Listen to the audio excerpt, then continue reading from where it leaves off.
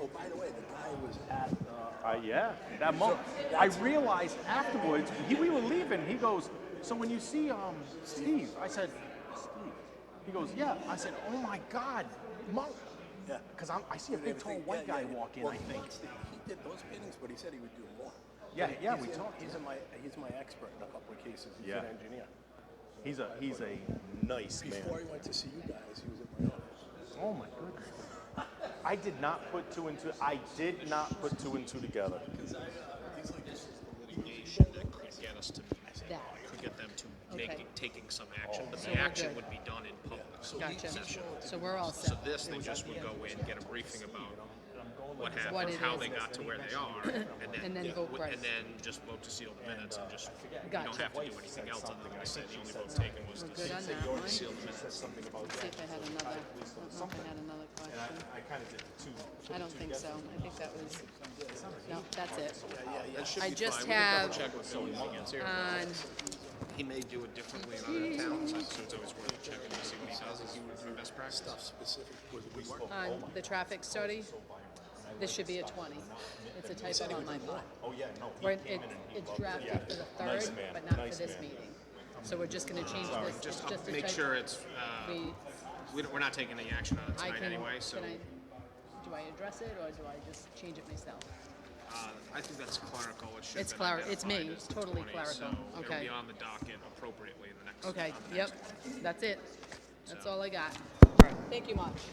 Good evening, everyone. It is now 5:06, and the Finance Committee is called to order. You'll have to excuse my attire this evening. I wasn't supposed to be here, and I'm sure most of you wish I wasn't here, but as coincidence turned out, I was able to get here, so here I am. We will start the meeting. Acceptance of the minutes from January 6th. Need a motion? Seconded.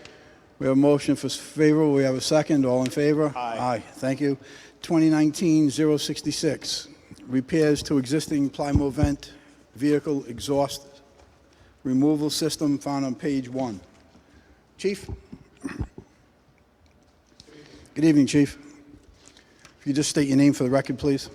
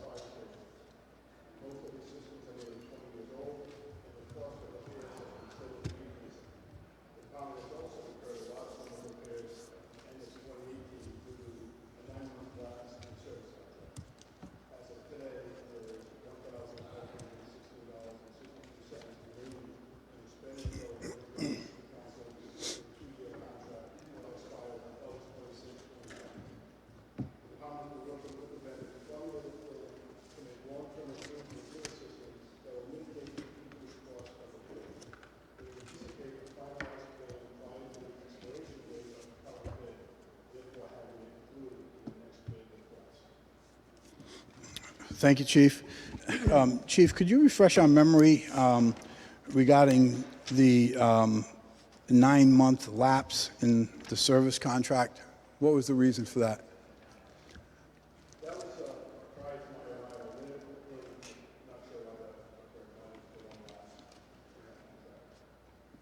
Does Deputy Chief, you have any knowledge on that? To the mic, please.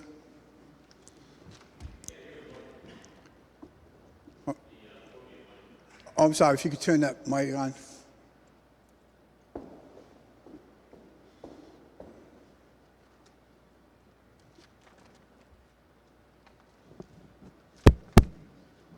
Assistant Chief Gary Oatley, Fire Department. I'm not exactly sure. I was in the battalion chief's car when that took place. It could have been when we had the mass exodus of guys out of the fire department.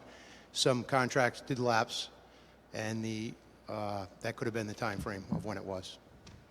So, what did the lapse in the contract? What you're suggesting here is that the lapse in the contract is what caused the bottleneck of repairs to occur at the end of 2018. So, how does that all come to play? A lot of repairs were just put off for an extended period of time, which created a situation in our fire stations where the exhaust from the trucks was accumulating in the building, creating a safety hazard as well as a cleanliness hazard, with all of that certain chemicals being left all over the walls of our fire stations. We have developed a plan to reduce costs. Much of the costs have been associated with the air-filled bladder that goes over the exhaust pipe. Many times, the problems we have, the costs that are incurred because of an issue with that air-filled unit, we're looking at a magnetic system where it will release in an easier fashion, resulting in less damage to the plenum vent system when the truck pulls out of the station. So, Chief, do I understand this correctly, that this bladder thing that you're referring to, so is that something that simply wouldn't have been diagnosed by the average person in the fire department? Is that something that whoever the company was that had this service contract, it required that type of knowledge and skill to be able to realize this is why you got exhaust and soot all over the place? I think realizing that the contract had expired, there was a lack of people in the administration to bring this issue to. At the time, there was vacancies in the headquarters, so there was a lack of resources to bring that issue to. Because I would think that if there's something that is identified as a problem, particularly with something like this exhaust removal system, which also removes carbon dioxide and everything else that occurs, I would think that it's something someone could have requested a 56.6 to do this or a 3.3. So the service contract really wasn't impeding anyone from getting these things corrected. What we're hearing is that they just didn't get corrected. Fair to say? Yes. Okay.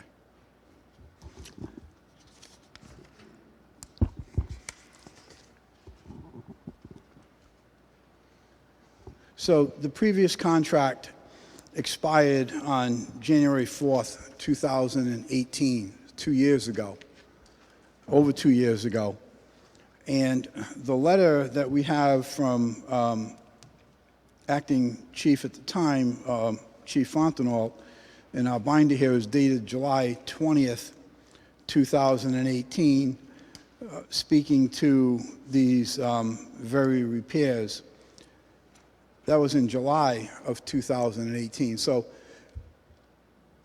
what you're indicating to us is that the 6 months lap of service or oversight or repairs, et cetera, maintenance, preventive maintenance, that took place from the January 4th, 2018 up until such time as purchasing received this letter. Correct? Yes, and 1/18 of 19 was a large amount of over $4,000 to address that prior, I believe it was 8 months of lack of activity on that. Okay, now you have, you've got a plan in place. There's a protocol set up for follow-ups, ongoing maintenance, et cetera, and how did you come to the number of $8,000? I believe that's the number you're looking for, right? How did you come to that number, that's the number you need to take care of this, the rest of these problems and make this thing what it should be? That's an estimate for, based on what we've been spending up to this point and the changeover from an air-filled system to a magnetic system. Has the fire department contacted the provider of the maintenance service and have you had them come to these 5 stations and do an overview of this system and tell you, okay, this is what we need to do in this one, that's what we need to do in that one, and this is what the cost is going to be. Has that been done? We're in the process of that. Mainly, it's due to age of many of the systems. The systems are, at this point, over 20 years old. We have had them out to make recommendations to us. This recommendation of going to the magnetic system is their first recommendation to try to alleviate the costs and service charges of having to come out time and time again. Most of the time they do come out, it appears to be an air-related issue. And it's their recommendation that switching over to this new system, this new releasing device, if you will greatly alleviate the costs associated with the damage to the units. And, I mean, that makes sense, and I'm certainly not disagreeing with you. I think that is, I don't know anything about pliable vent exhausting. You plug a pipe in, it gets rid of the exhaust and nobody chokes. That's what I understand. So, yes, I understand and I agree. My concern is 8,000, is that the right number? Is it a number that may be higher than what you need? That's the case, okay, so be it. But if it's lower, then that's another issue. That's why I'm asking if there has been an evaluation of these 5 stations and has a professional who does know about this stuff, knows about these bladder things and whatever else it is that we need to do to get this to where it needs to be, have they provided us with a number to do that?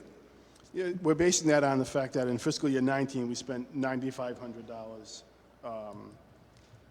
And in that amount is that the first cost of repair, which was higher than a typical repair because there had been so many stations that needed attention.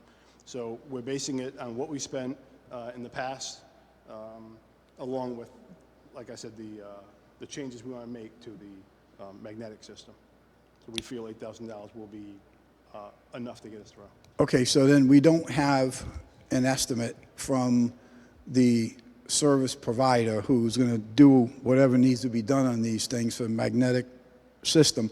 We don't have a number from them so that we can be comfortable that that $8,000 is adequate to do what needs to be done. That's correct. I do not have an exact estimate from the service contractor. Don't you think that it might behoove you to get that company to come down to the 5 stations and look at what needs to be done and say, okay, chief, listen, this one really only needs a little, that one doesn't need anything, this one needs, a whole conversion or whatever, and this is what the number is. I mean, I'd rather deal with the number once than have to deal with it now and find out that, guess what, because we didn't get an estimate from the people that do this and we don't really know what the cost is, we kind of just based it on last year's number and we're short. Yes, then we you can got to come certainly do back that. again. Make sense? Yes. Is there any harm to the fire department or any reason why you couldn't have them down here between now and the next meeting and do an evaluation of the systems, 5 systems, and get you a number to make sure that this 8,000 is going to cover you? We can certainly ask them to come down between now and the next meeting. Where are they out of? Massachusetts company. Oh, so they're not far from here. I just No. came from Boston and got here on time. We can certainly do that. Do you think that makes sense, or? Yes, I do. Okay. Okay. Any questions from members of the committee? Councilman McAllister. And Chief, you mentioned that these systems are 20 years old, so obviously there's going to be a continue on with the repairs. Is this something we're looking in to get a new system in the future, or do you? Or is it something that we can continue to use longer than the 20 years? I think we could. They've all been serviced over time, so they've all had some upgrades made to them. I think that switching over to this magnetic system is going to make a big difference in the cost we spend annually on repair, and we can also certainly look at doing a replacement program, and oftentimes there's grant money that becomes available for that we can look into. And that's part of the, you talked about having this long-term improvement plan. That's all part of the plan there? Yes. Okay. Thank you. Thank you. Any questions from members of the council? Any questions from members of the public? Do we have any questions from members of the public? Okay, we need a motion to hold until, Chief, February 3rd, that'd be enough time? Or do you want us to go to February 24th? We can try to get them before the 3rd. And Okay. If Let's shoot for the 3rd, and we'll go from there. If not, we'll push Okay, need a motion to hold until February 3rd, and the department will get the vendor in to get us an estimate on whatever needs to be done. Need a motion. Motion to hold to February 3rd. Seconded. We have a motion to hold, we have a second. Need a PCR. It's PCR 8-20. PCR 8-20, thank you. We have a motion to hold now PCR 8-20 until February 3rd. We have a second. All in favor? Aye. Thank you. Thank you, Chiefs. Next item, 2020-105, landscape architectural services for Rocky Point, found on page 11.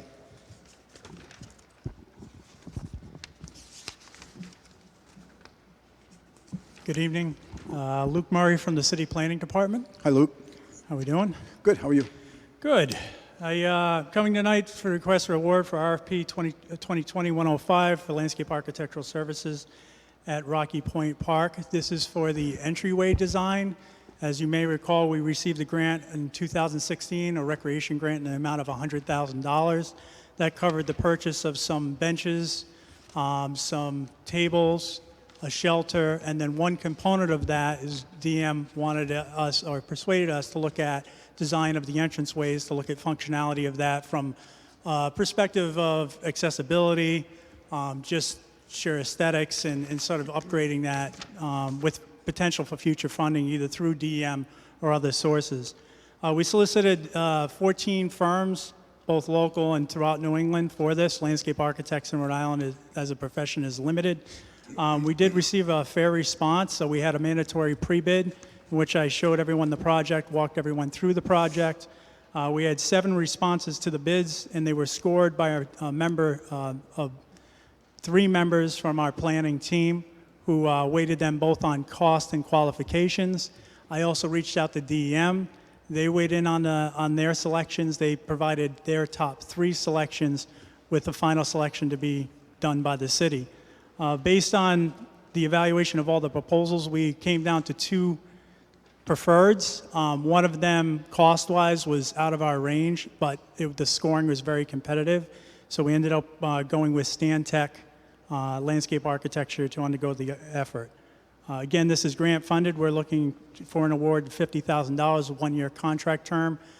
We would be on a fairly aggressive schedule. This grant has had another extension, and I'd like to get this completed by September and anticipate including members of the community, the Rocky Point Foundation, who's already been aware of the project, DEM, in a collaborative effort through a design process in the coming months.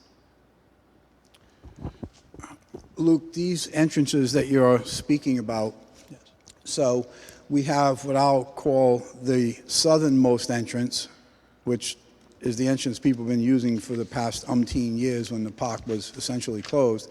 Then we have the entrance just slightly north of that. And then we have an entrance at the far south end at Burnett. So you're saying we're doing 2 entrances over? So we're primarily looking at the existing vehicular entrances. So the 2 you initially referenced, one on, I believe it's Palmer and Rocky Point Ave. So one is closer to the city side lot, and then the other is within DEM property. So like I said, we've been coordinating on that, and they know they need to be part of the planning process. The idea here is to just create this vision where the community has sort of shared input into that process, and then eventually come out with a product that would include estimates, some construction detailing, to really set us up for a shovel-ready project in the future.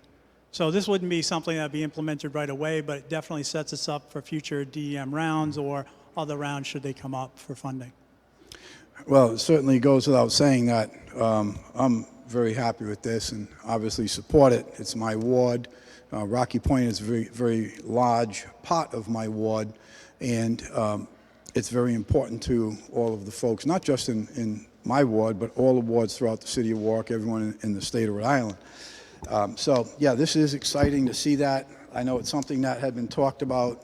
It was talked about when I was campaigning in 2012, 2013. We had meetings down there about these entrances and what to do with them, what we can't do with them, so forth and so on. So it's great that it's finally coming to be. So the process.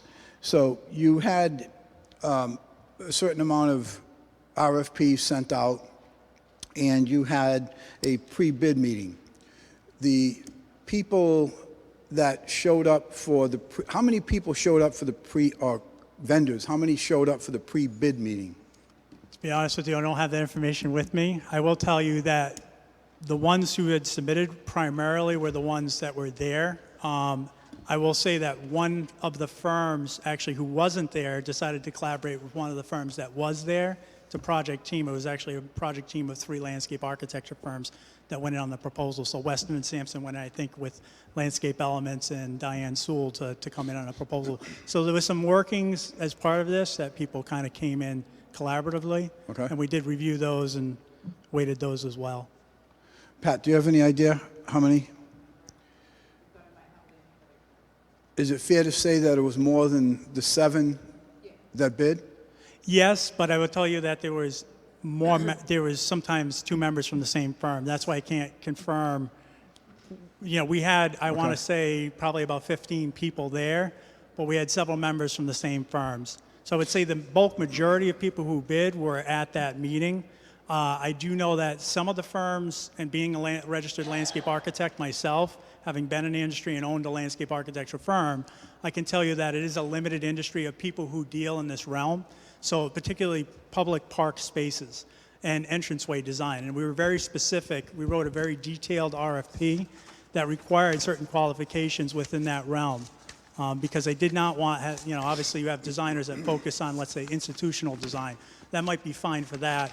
But from our standpoint, we really wanted somebody who was good at collaborative community process. And also, there's going to be a website that goes up with this. And that was a requirement. The firm had to have capability of setting up a separate website to keep people informed of the design process. And the 7 people that did bid, the 7 companies that did bid, all 7 of them attended this pre-bid conference? They did. Okay. And Stantey, of course, was one of the 7 Yes. that attended the pre-bid Yes, they conference?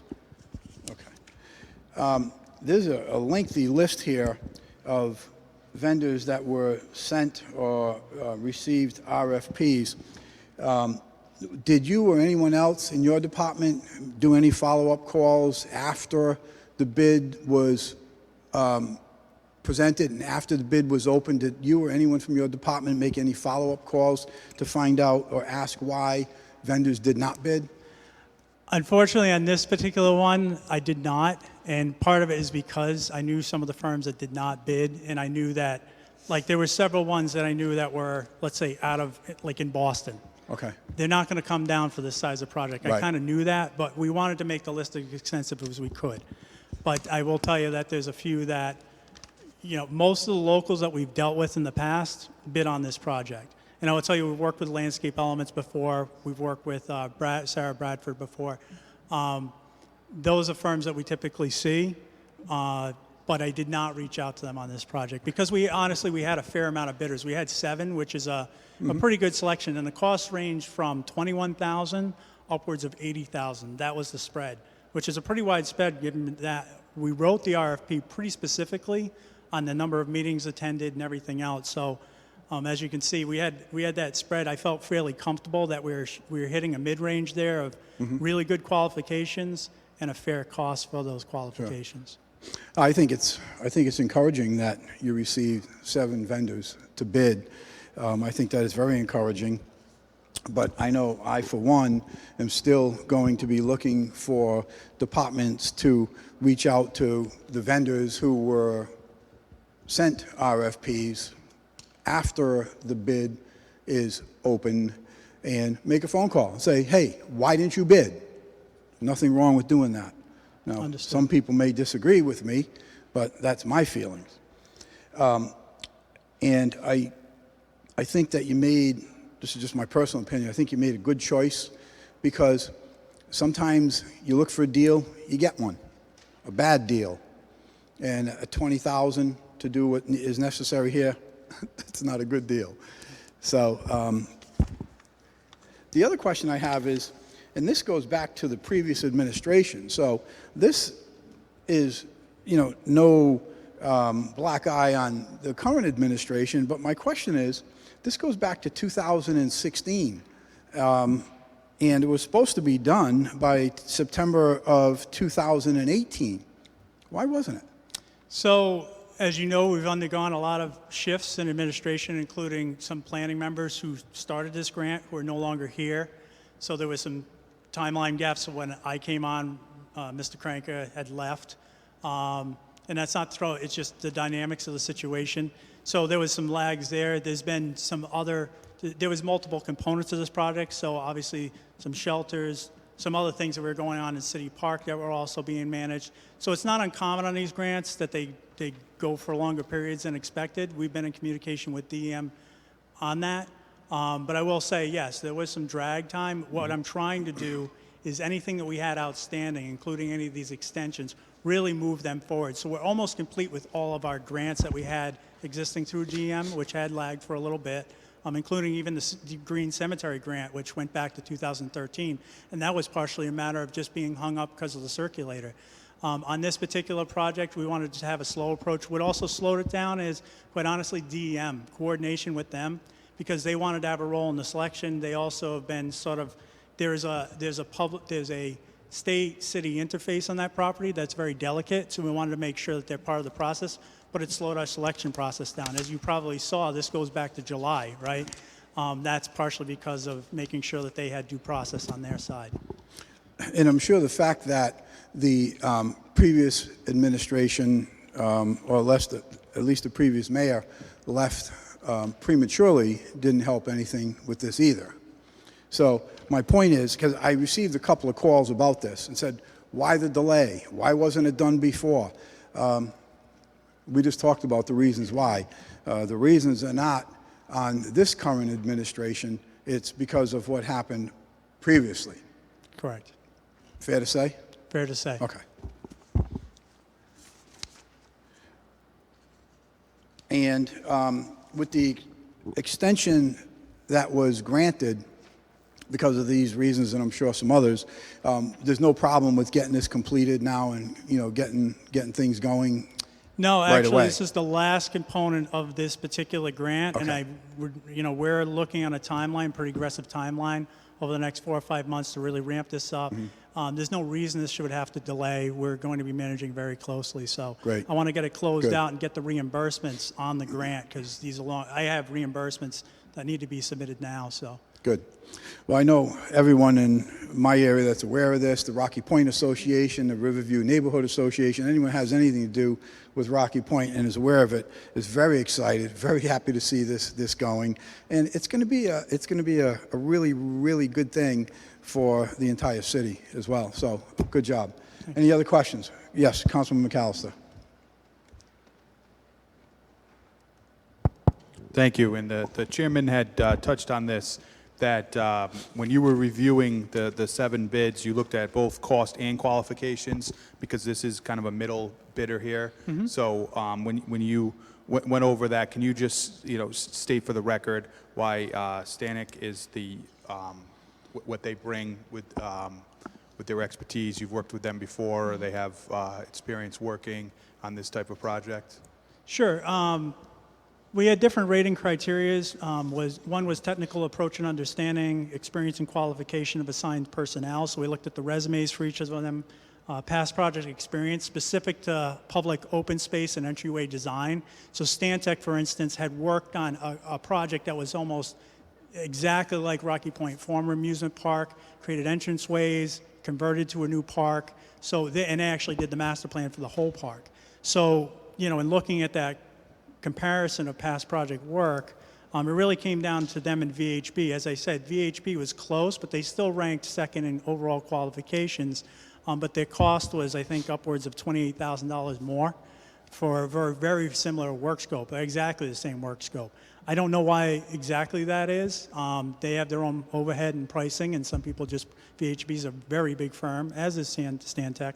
But as we look through this, I'm looking at the qualification sheet right now, but they scored sorry, I'm looking at mine. So a combined score of 82 versus Stantec versus VHB, which was at 78. So it was close in the qualifications. It was on a 100-point scale. So I guess for the record, based on all of the criteria that was stated, we felt that they, all three participants on the combined score rated them higher. So. And having this experience in doing a project that was almost exactly like this, they have a better understanding of the actual cost because they've already done it. So exactly. It may be the actual real number that you're looking at. Yeah, and they bring a strong design team to the process, a very strong project manager, 20 years plus experience, who's had specific experience with these types of projects. Again, they're bringing their own web designer, and they had multiple examples of project websites they had done to keep communities informed and engaged that were very impressive.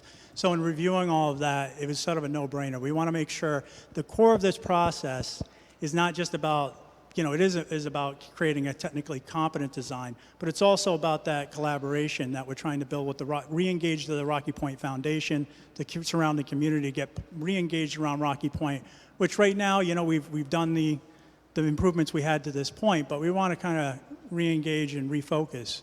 And I think this firm is the ideal candidate to move forward with that.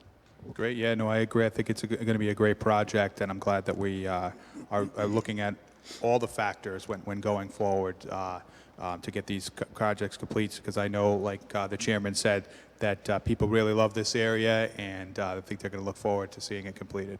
Thank you. Thank you. Any other questions from members of the committee? Council President. Thank you. I was just going to mention that deadlines come up not only in your situation, but with other situations. And I think that it's important that we start putting these calendar entries 2 or 3 years out into some sort of Google Calendar program or something, so it alerts the person that might be new, or a person that left, or a department head that's new, so we see those deadlines. I know in the past that wasn't available, but I think every department should start doing that now. Every time we pass a contract, that should be in there for police, for fire, for municipal, because it will alert us and obviously follow the resolutions that the council had passed previously, so we don't run up against these deadline issues. And I know the previous administration did not do that, but I think that should be something that should be easy, and all the department heads that come up should start entering that in, so it pops up 90 to 120 days before something expires. Thank you, Mr. Chair. Thank you. Any other questions from members of the council? Any questions from members of the public? Any questions from members of the public? Hearing none, I need a motion. Move for favorable action. Seconded. We have a motion for favorable. We have a second. All in favor? Aye. Thank you. Thank you all. Thank you, Lucas. Good job on that. 2020-210 Mobile self-contained food concessions found on page 30. James Scott, Parks and Recreation Department. Hello, James. Hello, Chairman. Today we're doing the self-contained food concession bid, also known as food trucks, and that's for several locations: City Park, Confreda Sports Complex, Connecticut Point, Mickey Stevens, Oakland Beach, and Rocky Point. So of the 3 bidders put in multiple submissions, of the 3 bids received, we've elected to award to New England Lemonade at all locations, Poppy's Kettle Corn for Confreda Sports Complex, Mickey Stevens Sports Complex, and Oakland Beach. And those are the 2 awardees in this one. There was a 3rd bidder that unfortunately served the same product or a very similar product to New England Lemonade, and the bid language prohibits us from having like products at the same locations.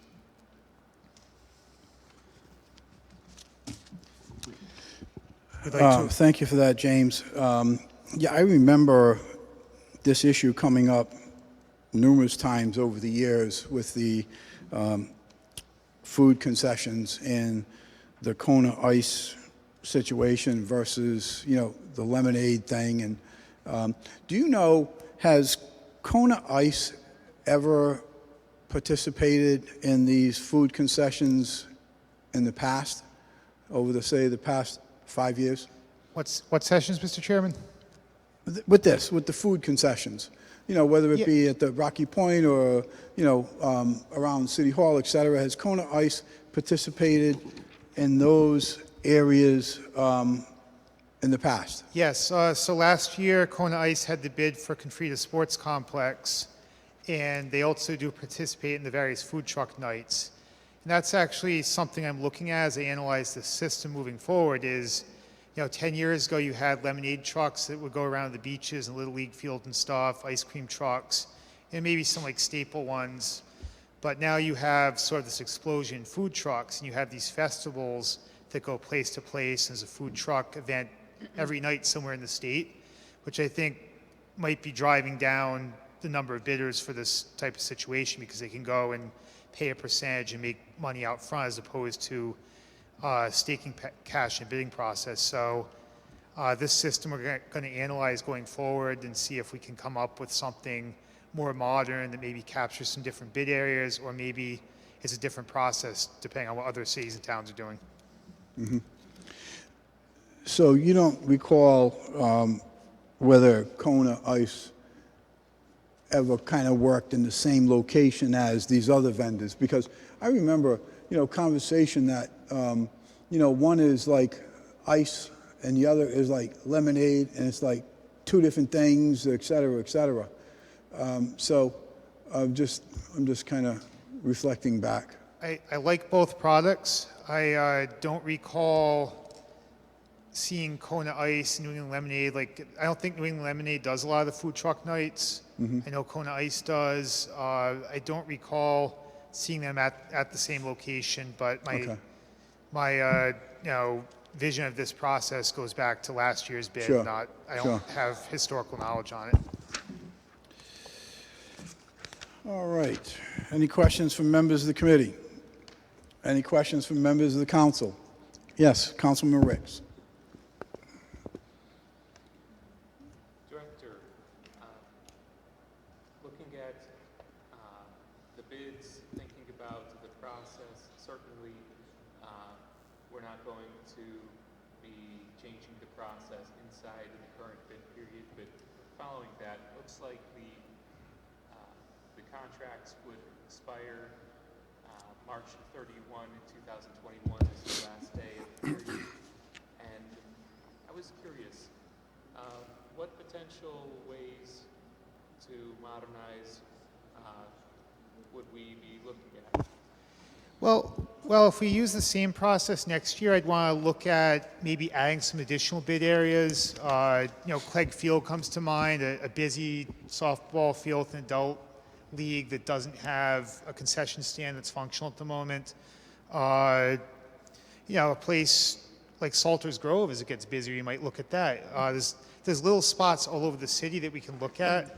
I'd want to look at too how they would interact with local businesses and things like that. Just to make sure if somebody's a lemonade stand right down the street from it, we don't want to put a lemonade truck at the park right next door if they invest in their business. But I want to take a smart approach and look to possibly adding some areas, or look at some other processes.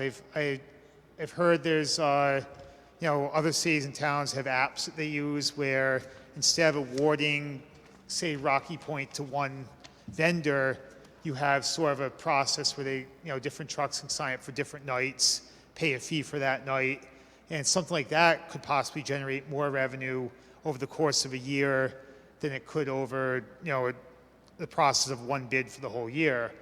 But I'd want to do my due diligence on that because there'd be an operational cost, there'd be probably staffing costs on the city sides, there'd be different things to look at, but we're looking to explore all options going forward in this, Councilman.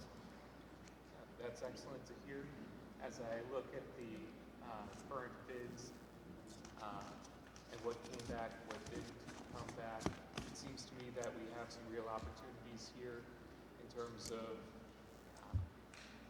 branching out with beyond the frozen lemonade versus Kona Ice, where I see that they both bid on multiple sites.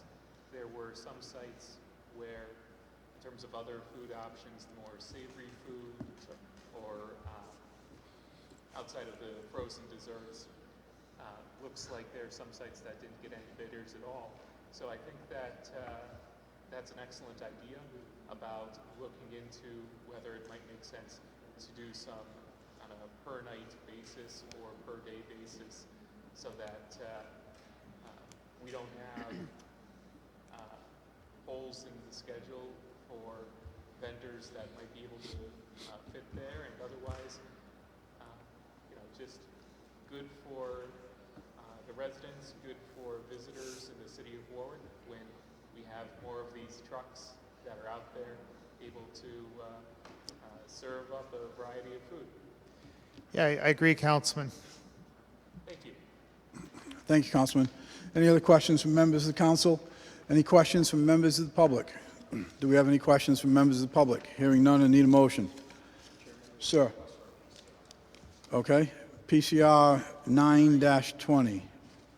I move favorable action on PCR 9-20. Seconded. Well, yes, all right. We have a motion for favorable action on PCR 9-20, formerly 2020-210. We have a second. All in favor? Aye.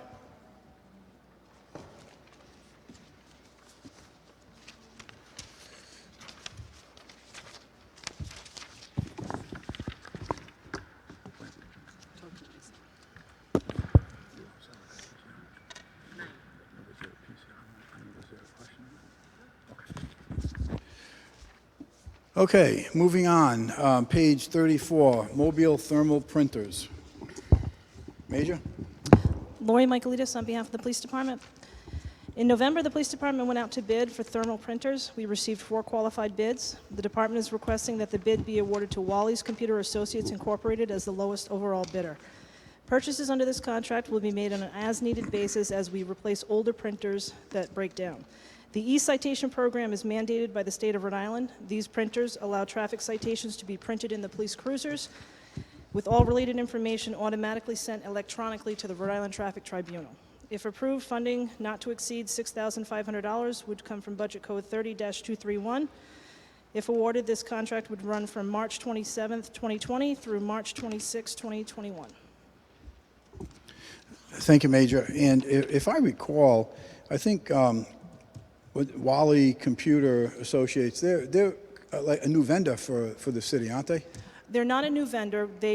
We've contracted with them in the past on different items, not this one. They didn't have the contract last year, but on other items previously they have. Okay.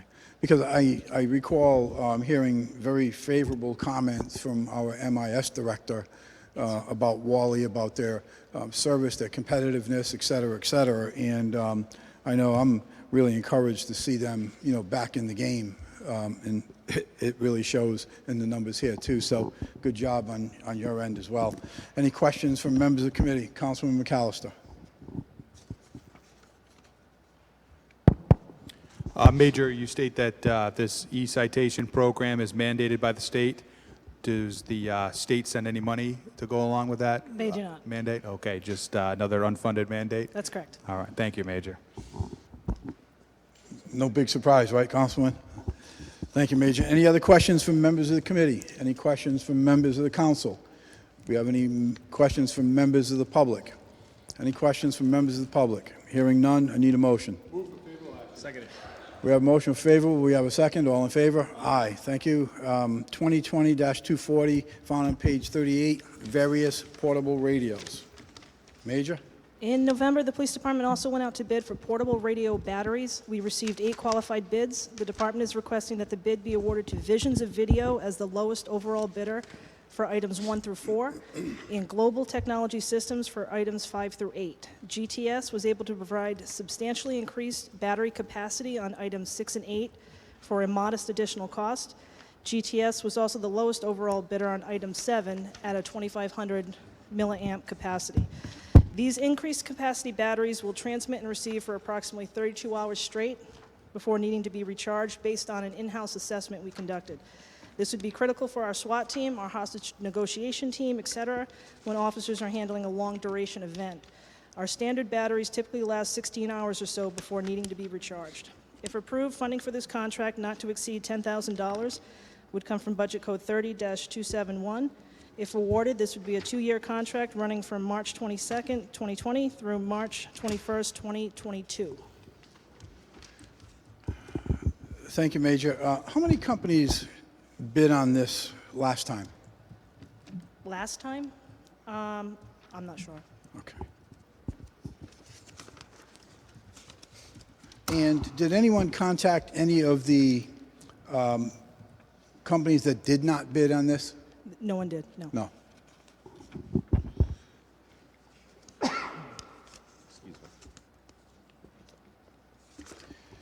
So, when I look at this,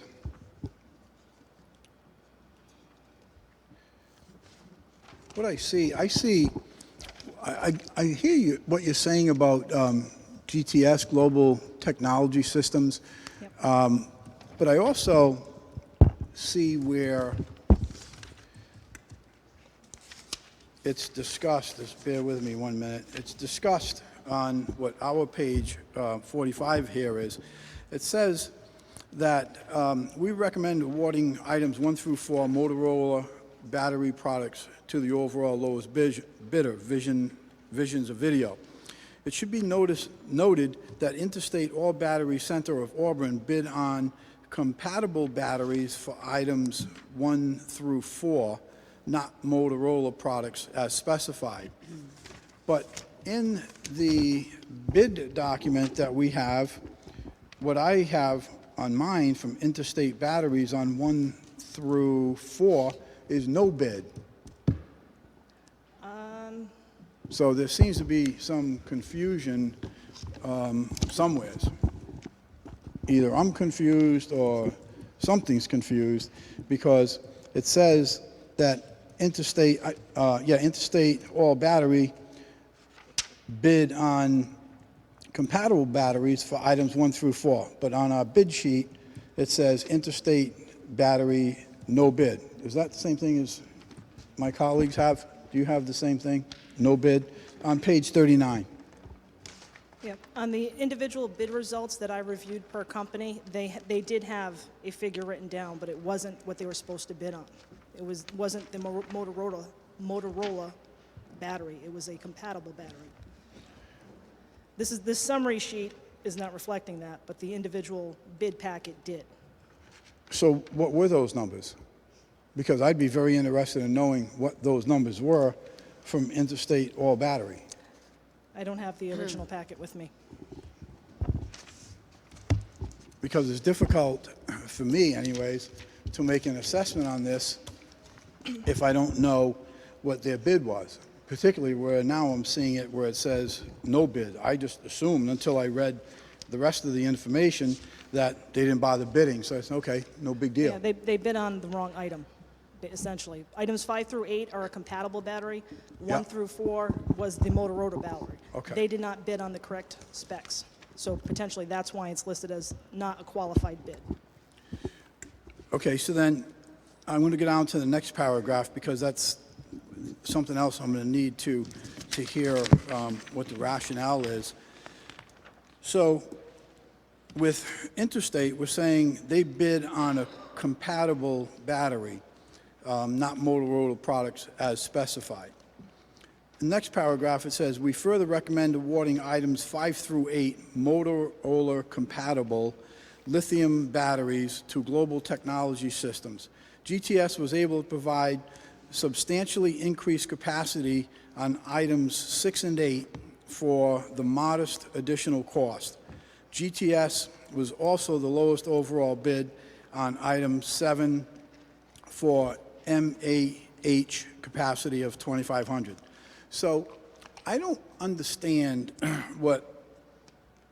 why one is okay to bid on a Motorola compatible lithium batteries and change what your specs were. In this case, it upgraded it. And it's okay on that, but it's not okay on the items 1 through 4. I don't understand the rationale for that. For having two sets of specs? Is that what your question is? No, what's it's saying here is on the items 1 through 4, that Interstate, their bid was essentially refused because they bid on compatible batteries. They didn't bid on the specific Motorola product. Right. But yet, down further, it says that GTS bid on a Motorola compatible lithium batteries, and it provides substantially increased capacity on items 5 and 6 for a modest additional cost. So is this battery they're talking about, is it a Motorola battery or is it a Motorola compatible battery? On items 5 through 8, compatible lithium battery. So, as an example, with DeWalt, and it was just coincidence that I happened to be looking for it for personal use last night. I'm looking for a 9-volt DeWalt battery for DeWalt tool. And DeWalt site says, okay, boom, this is what it is. But when you look down further, it's not a DeWalt battery. There's nothing on the battery that says DeWalt, but it's a DeWalt compatible battery, which means it performs as well, it does the trick, it's fine, there's nothing wrong, and it happens to be cheaper.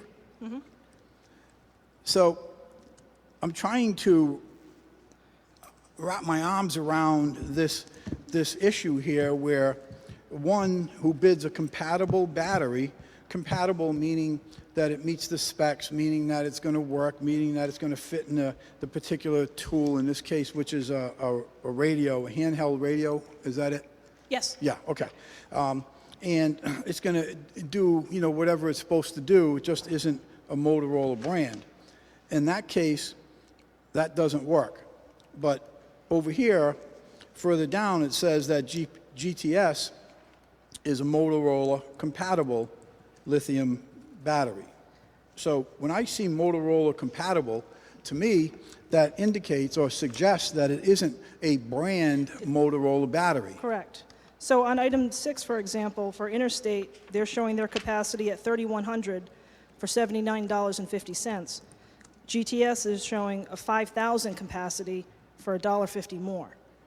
That's why we were selecting a substantially increased capacity on the compatible battery. That's why we selected GTS. Okay, I'm going to get to the numbers in a second. It also says on item 7 for MAH capacity of 2,500, but in the bid it says 2,700. So which one are we buying? Is it 2,500 MAH or is it 2,700?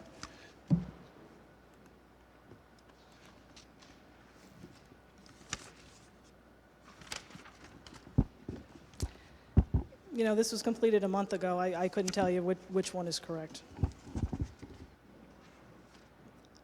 I'd like to think that my letter was accurate, but maybe it's not. I don't know.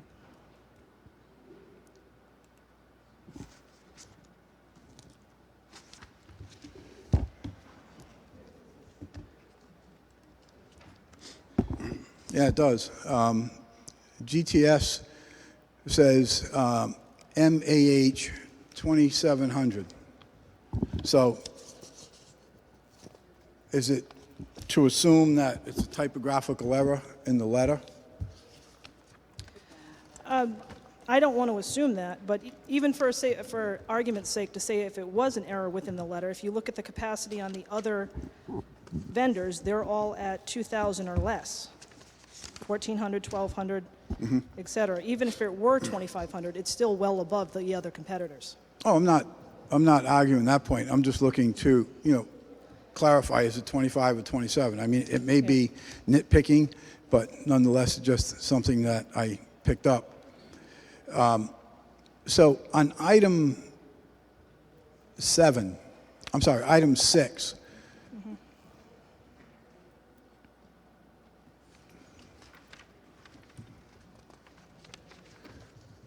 On item 6, GTS that's for the type APX 8000 radio. They bid $81, and in their specs on the MAH capacity, they say 5,000 in short form. What does short form mean? I couldn't tell you. I had our radio technician review these specs, and he went through everything, and based on his recommendation, he was stating 5,000 short form is what we wanted. I don't know if they're all short form or not, but he reviewed it, and he stated that that was the one that we should go with. I just found it interesting that it says short form. I mean, what does that mean? Is it 5,000 or is it something less? You know, because it's short form. What does short form mean? I don't see that anywhere else on any other bids or any other items. So,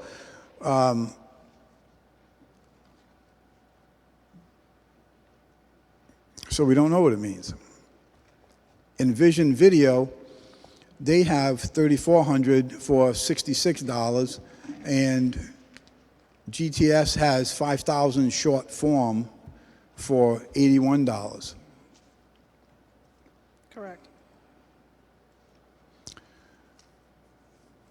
The bulk of this contract, we're going to be looking to replace our traditional standard batteries as they come up, as far as they're not charging as well anymore. They're older, they need to be replaced. The bulk is going to go toward replacing the standard battery. As time goes on, if a member of the SWAT team, for example, his battery needs to be replaced, we want to get him one of those batteries that can last 32, 40 hours straight without being charged. In the event there ever is an event that is a long duration, they're ready to go with that type of battery. So it's not department-wide where we're going to be purchasing those high-capacity batteries. It's going to be a small percentage of what we purchase. How many? It's going to depend as they come up. Major, on item number 8, XTS 2500, is that a battery that you use often, or is it a battery that you use infrequently? Infrequently. The most common is the APX 8000. That's what generally our patrol officers carry every day. So that's the most frequently used. Which one is that? It's going to be item number 6. On the Item number compatible 6. list. Oh, 8,000 you said. Okay, Yeah. I'm sorry. Yeah. The reason I'm asking about XTS 2500 is, sure, I see where they have an MAH of 4,500, Vision Video is 2,500. But GTS's price is more than double. You're getting an additional 45% capacity, but the price is more than double. So I'm not sure, I'm not convinced that that's worth it. Because if you have a battery that dies at $33, 2 years into this contract, you buy another one, and you're still ahead of the game. So I'm not quite so sure that that's worth the money. So is the 4,500 versus 2,500, is that in staying power of the battery? Yes.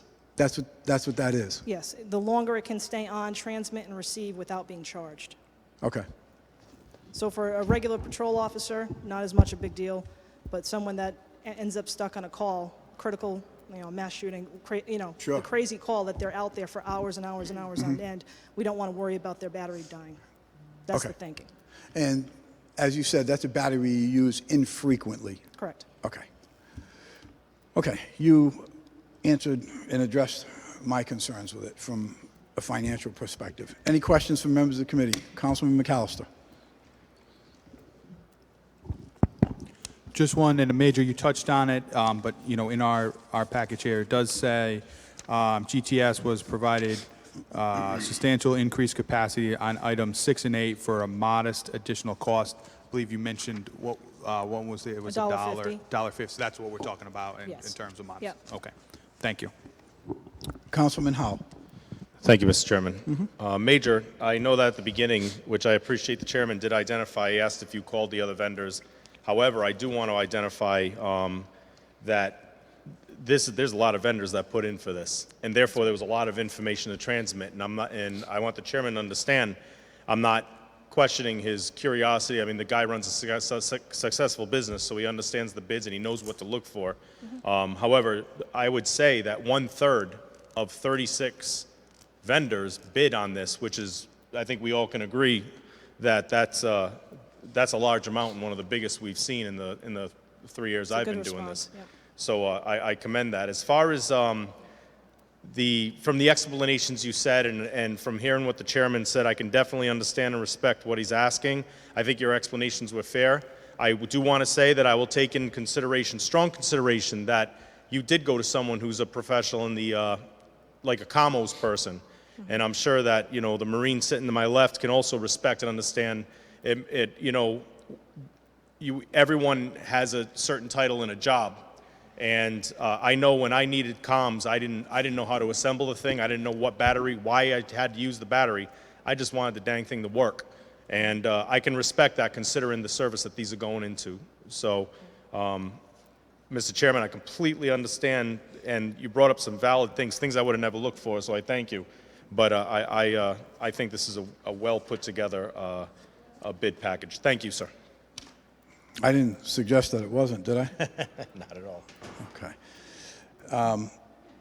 Major, just for my own edification, I don't know if anyone else wants it, but I'd like to learn what that short form means. I will have the radio I'm technician send you an curious as to email. what it means. Yep.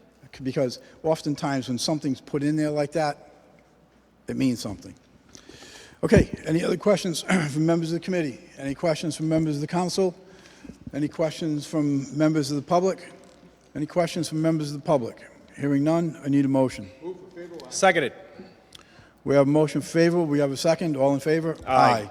Thank you. Thank you, Major. Item 2020-256, cement concrete mixes, found on page 46. Matthew Sulitro, Department of Public Works Director for the City of Warwick. My department is wishing to award to Consolidated Concrete Corp. For low-strength materials in the amount of $8,000. And Matt, this material will be used for?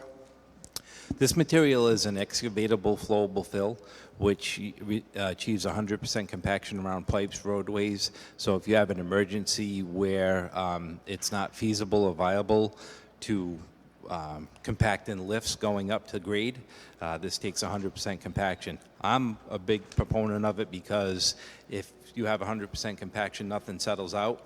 Therefore, you can't have a bell and a spigot on a pipe, let go, rupturing a water line or compromising a roadway.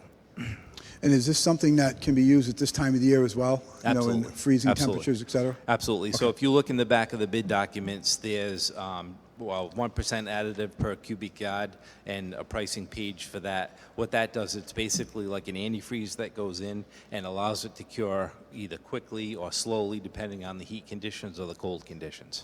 Okay, thank you. Any questions from members of the committee? Any questions from members of the council? Any questions from members of the public? Do you have any questions from members of the public? Hearing none, I need a motion. Seconded. We have a motion favorable. We have a second. All in favor? Aye. Thank you. Thank you, Matt. 2020-261, radiator manufacturer and/or repair, found on page 51. Again, Matthew Sulitro, Department of Public Works Director for the City of Warwick. We're looking to recommend the award, in the manner of the award, for $5,000 to Brooklyn General Repair Incorporated, or DBA, BGR Radiator, in the amount of $5,000. So, Matt, in addition to the half a dozen vendors that I see here that were sent an RFP, do you know if any other vendors were sent requests to bid? So currently, the only information that I can give you, Councilman, is the half a dozen vendors. That's what was sent out there. Okay. And Do you have any idea why only one company bid? I do not at this time. This is the second rebid of the same exact specification that we sent out some time ago. And the RFP that you sent out this time, I see that there's a sample sheet put over here for different items of repair. So the RFP that you put out, was it specific in stating these particular items that we have in our bid package, as well as requesting an hourly rate for a repair? Because we've gone through this before, and I've made the calls before, and I've spoken to Radiator people in the past, and it's impossible for them to give us a fixed number to repair a radiator, because you don't know what it is till A, you get it, and until you figure out, is it a pinhole or is it a bullet hole? You don't know what the damage is. So they can't give you a number. And that is some of the reasons why folks have not been bidding on this, because it's impossible to put a number on it. So this bid that went out, was it specific in saying, as an example, these pots that are on our sheet right here, with the pot number, did we put that together, or was that something that Brooklyn General Repair submitted to us? No, we put that together. So these are your pots? Yeah, there's Okay. a note on the bottom of it. Okay. If you read the bottom of it, Yep. what it says, I can read it if you'd like. Yeah, go ahead. It says, the above list represents only a sampling of most commonly used parts for the past, it's dark in here, for the pass of the bid award, and is not inclusive of all parts that may be purchased. So basically, it's a sampling of the parts which the Right. Finance Committee's been asking for over Yeah. a period of time as to Sure. the most frequently used parts. Sure. I'm glad you clarified that, because it doesn't say, and by looking at it, I wasn't sure if that was Brooklyn that made that statement, No, that's or us. it was you guys. Yeah, we actually, Okay. I don't know if you remember or you recall, but last year we bid this 4 times. Yep, I remember. Just trying to get the bugs or the kinks worked out of Mm-hmm. it, so I think we might have it down now.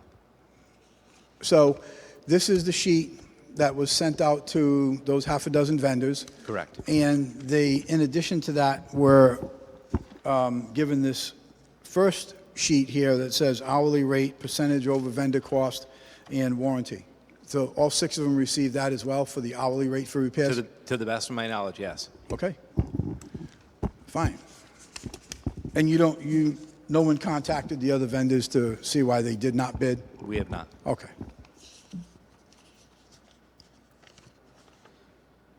So, seems like we're kind of just going back to where we were. Right. Councilman McAllister. Thank you. But I do want to say that's good. I mean, you put out exactly what we were looking for, and we went out more than once to try to get more bidders, but they are a qualified bidder. They put it on here, so obviously we need to keep the city moving, keep the city running with these repairs. So I commend you for taking the additional step of trying to go back out again. But everyone had the opportunity to bid on this, and this is a qualified bidder, so I think we're in a good position to move forward on this. Thank you. Any other questions from members of the committee? Any questions from members of the council? Any questions from members of the public? Do we have any questions from members of the public? Hearing none, I need a motion. Move for favorable action. Seconded. We have a motion favorable. We have a second. All in favor? Aye. Thank you. Thank you, Director. Thank you. Okay, moving on. We need acceptance of the minutes for December 20th. Favorable action. Seconded. We have a motion favorable. We have a second. All in favor? Aye. Thank you. January 2nd minutes. Favorable action. Sorry, January 6th. Favorable action. We have a motion favorable. Seconded. We have a second. All in favor? Aye. Thank you. Moving on, PCR 5-20, resolution relative to bids. Move on to item 2, PCO 21-19, an ordinance relative to employee benefits. Let's bear with me 1 minute. Hold till, I'm looking for a motion to hold till, I'll make a motion to hold until March 9th. I'll second that motion. I'm sorry, go ahead. We have a motion to hold, we have a second, all in favor? Aye. Aye, thank you. An ordinance relative to tangible property tax regarding vacant storefronts, PCO 29-19, Councilman Sinapi. At the request of the sponsor, I'll make a motion to hold until March, when did you say? March 9th. Seconded. We have a motion, we have a second, all in favor? Aye. Thank you. PCR 3-1-20, structural firefighting particulate hoods. Chief?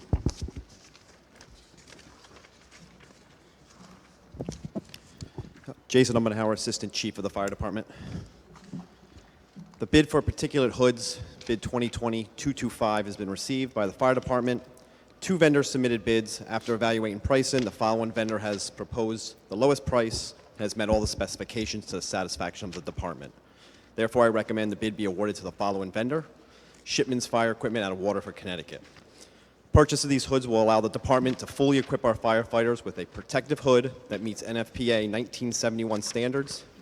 Currently, our department members are supplied with a traditional style hood, does not provide protection from carcinogenic particulate at the vulnerable head and neck area.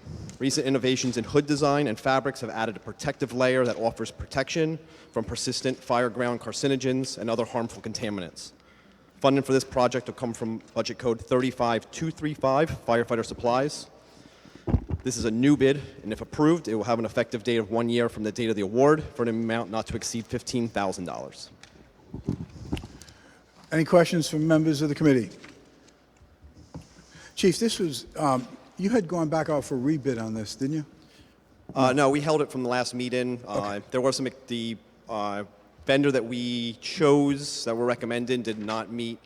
They had some exceptions to the specifications. We had our Health and Safety Committee review them to make sure that they were satisfactory, that the exceptions and the materials that they quoted were acceptable, and they found that they were acceptable for $10 cheaper than the other vendor. So we're going to go with that vendor. Fair enough. Any other questions from members of the council? Any questions from members of the public? Do we have any questions from members of the public? Hearing none, need a motion? Move for favorable action. Seconded. We have a motion for favorable. We have a second. All in favor? Aye. Thank you, Chief. Thank you. A resolution, PCR 19519, a resolution relative to creating a commission to study health insurance benefits. Councilman Sinapi.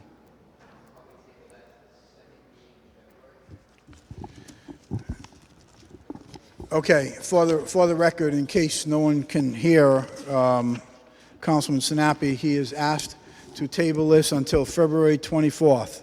I'll make a motion to hold to February 24th. Seconded.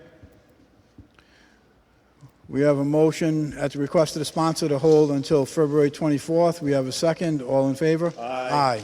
Thank you. Finance Committee is adjourned at 6:15, 18, 6:17. Finance Committee is adjourned.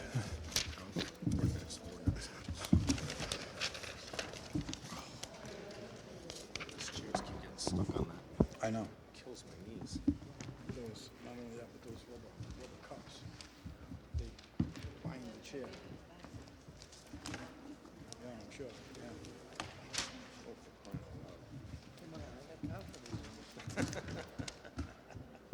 Good to see you. How you been? Should have taken one of those.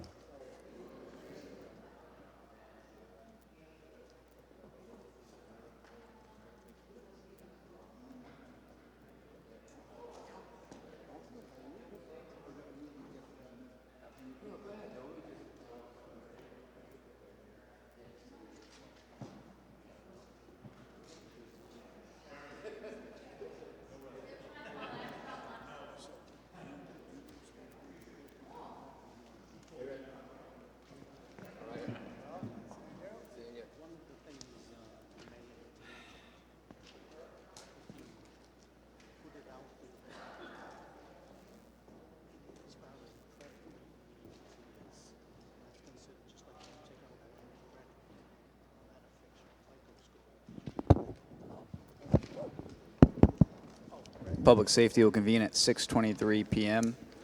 First thing on the docket, acceptance of minutes from committee meeting held on January 6, 2019. Motion to approve. All in favor? Aye. Aye. Next is PCR-6-19, resolution relative to traffic studies.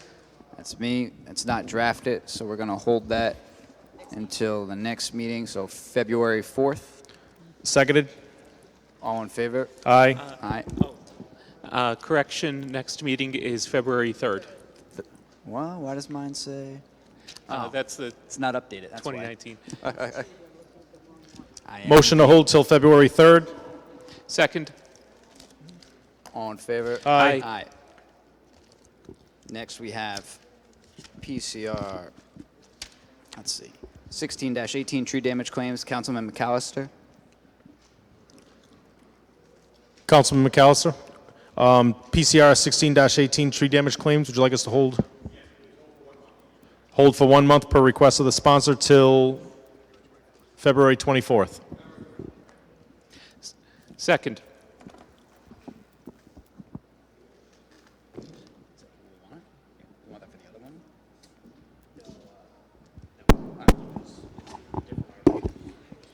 Councilman Lattiser. Yes, Mr. Chair, I apologize. What was the decision on PCO 30-19?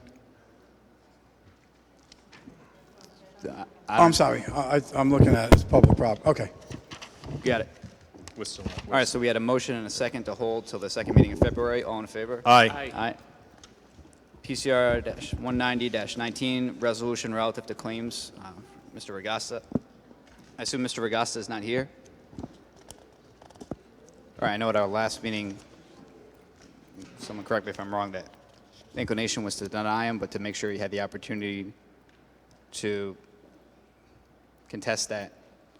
So the letter have to go out. Am I misrepresenting, or is that where we're at? I believe you are correct. You are correct, Mr. Chairman. So we got to make sure that letter goes out to him saying we're going to deny and that he has the opportunity to contest it. So I guess we'll hold until. But I read the letter. The letter doesn't say what we need. Did you call him? It wouldn't matter. Okay. Do you want to do the first meeting or the second?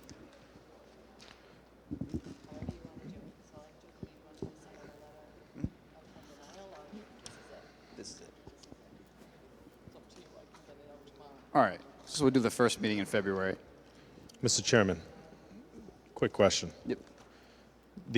What's the normal holding period for requesting someone to come in for that opportunity?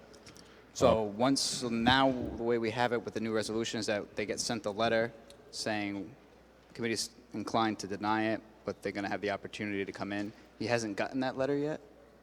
Oh, So- okay, that I missed. I'm sorry, go ahead, Mr. Brosco. Right, he was sent a letter, but it didn't say the committee's inclined to deny it, so you have the opportunity to come in.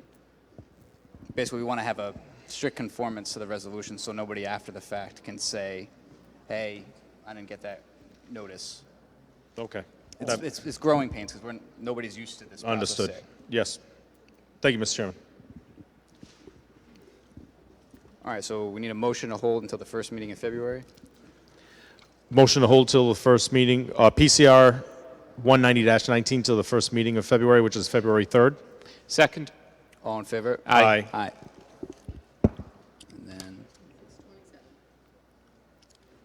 public safety is done at 6:27.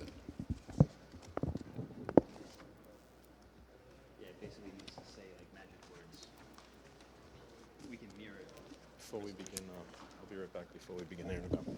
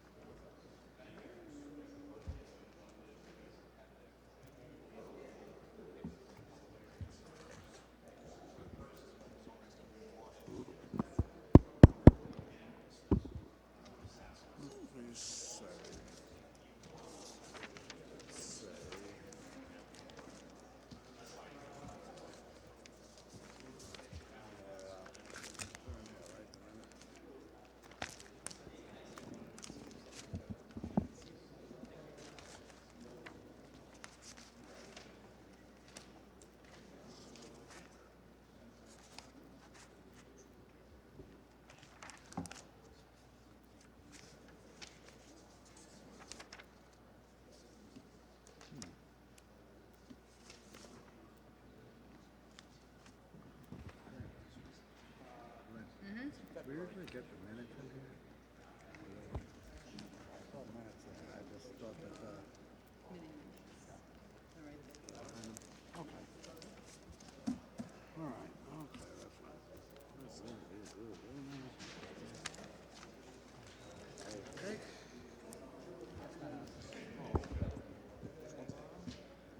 guys,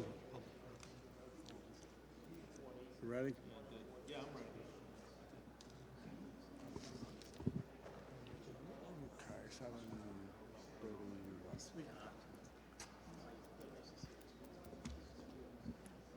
This is the Intergovernmental Committee, beginning at 6:33.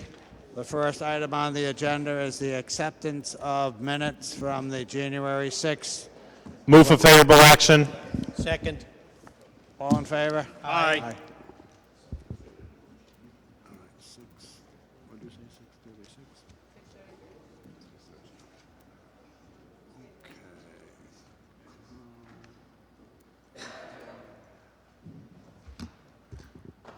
The first item on the agenda is PCR 134-18, a resolution to create a charter review committee. This is One Councilman second. Lattiser. 1 second, Mr. Chair. Charter Review Commission, hold till February 3rd, please. Request of the sponsor Oh, hold. no, I'm sorry. No, it's drafted. We're ready to rock and roll on that, sorry. That was the wrong note up here. Yeah, so it's pretty clear. We're looking to form a Charter Review Commission.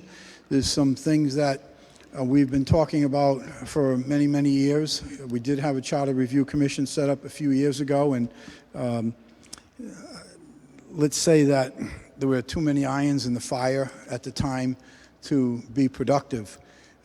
So, over time, we all learn, we all get a little bit better, and I think we're pretty well focused to at least begin the conversation and the dialogue about several of the items that we're interested in changing.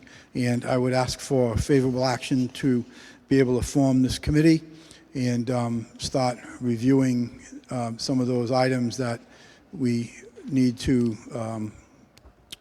rethink. Does anyone on the committee have any questions or any statements concerning the proposal? Anyone on the City Council have any comments or questions? Anyone from the public have any questions? Anyone from the public have any questions? Okay, hearing none, I would ask if there's a motion. Move for favorable action. Second. All in favor? Aye. Aye. Thank you. The next item is PCR-180-19, a resolution to the General Assembly requesting a waiver/exemption to ride regulations/requirements. Councilman Lattiser. Hold February 24th. Per request of the sponsor, make a motion to hold PCR 180-19 till February 24th. Second. All in favor? Aye.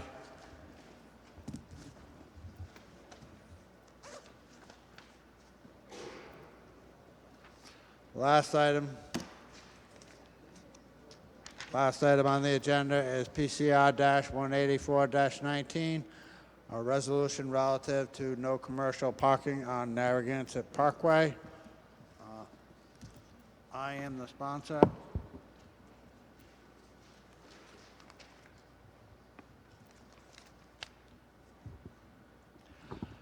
I read the resolution. The only, there is a typographical error on line 37. It says, whereas the use of Narragansett Parkway was a commercial route, it should read, is a commercial. Oh.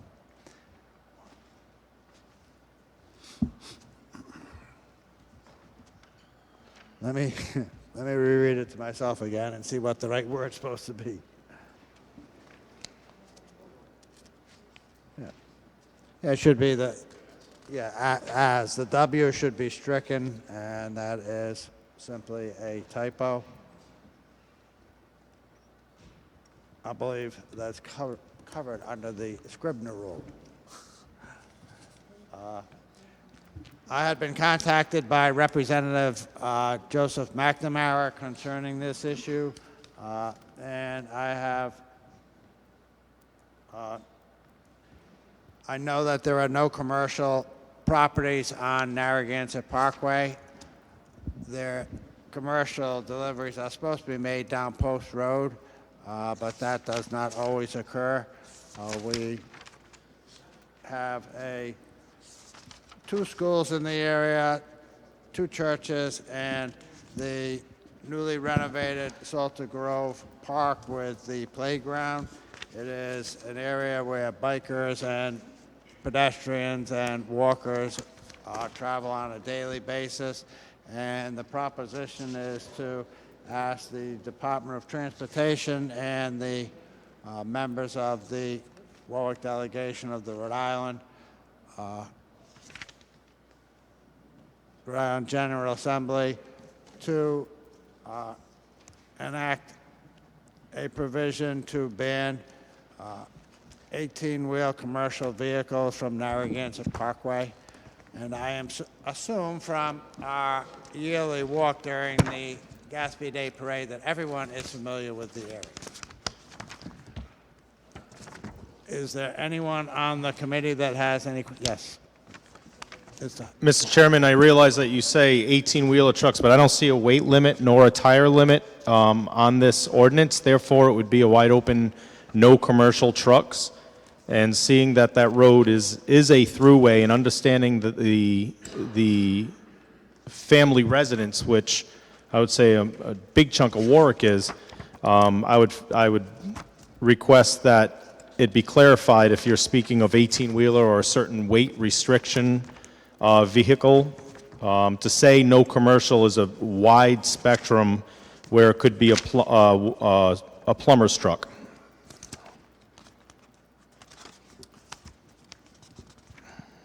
I understand your concern. I think it's a valid concern.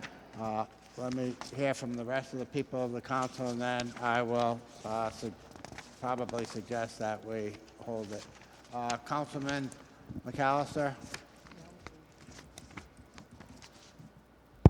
Thank you, Mr. Chairman. You have one question that came up when I was looking at this is homes that have oil heat, they need to be delivered.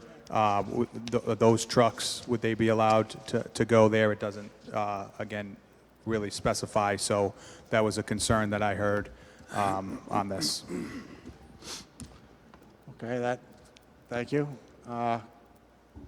Councilwoman Travis? Yeah, well, I'm going to follow up on that because someone asked me about, like, furniture delivery and stuff. I mean, you're talking 18-wheelers, so I can understand that, but there are other big trucks that come, U-haulers that have to bring, furniture, maybe somebody's moving. So there's, when you say commercial truck, that covers a lot of areas. Yes, perhaps I can find some more language that is directed at the 18-wheelers that are making commercial deliveries to commercial properties. Is there anyone else at the council that have any questions or comments? Yes. I have a question. Mr. President? What about the police department? Have they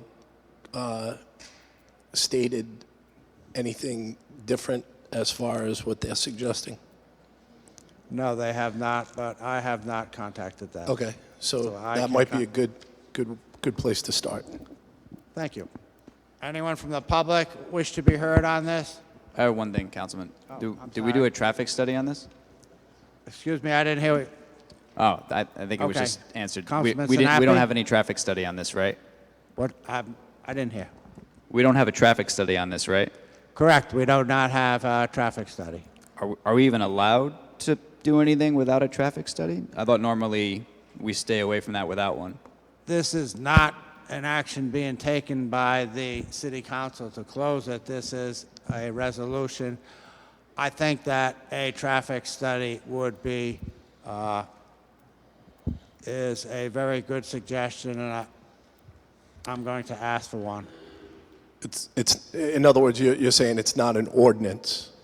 It's not an ordinance. It's a resolution. It's a resolution. But a traffic study is something that could be beneficial. Because that could lead to an ordinance. That is true. But there are parts of Narragansett Parkway that are state road. And I've never been able to determine exactly when it begins, but it's at some cross street right before you enter Patuxent Village. The state is responsible for that portion of Narragansett Parkway. And Except I should research that to find out where exactly it starts. I think we paint the whole thing, though, for the parade. Right, we pave it, we do that, and I believe that we plow it, but only up to a certain point, and I don't see the head of the PW here right now, but in any event, all of these questions are good questions, and I would ask again if there's anyone from the public that wants to be heard on this matter. Is there anyone from the public that wishes to be heard? Okay. After hearing the comments, I'm going to ask that this matter be held until, let me see.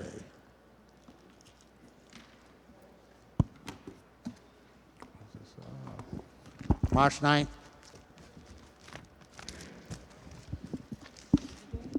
Motion to hold PCR 184-19 till March 9th. Second. All in favor? Aye. That closes the intergovernmental agenda at 6:44.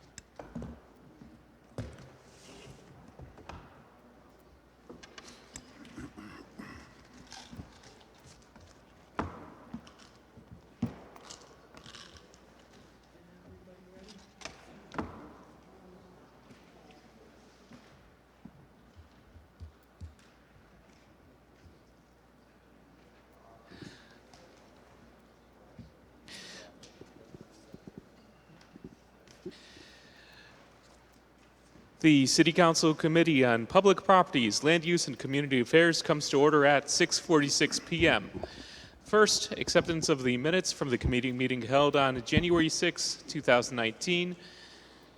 Any comments or questions from members of the committee? Members, well, hearing none, I'll entertain a motion.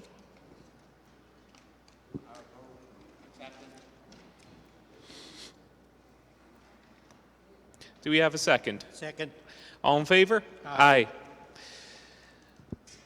Next item, PCR 6-20 Omnibus Resolution of Congratulations and Condolences. This is not yet drafted.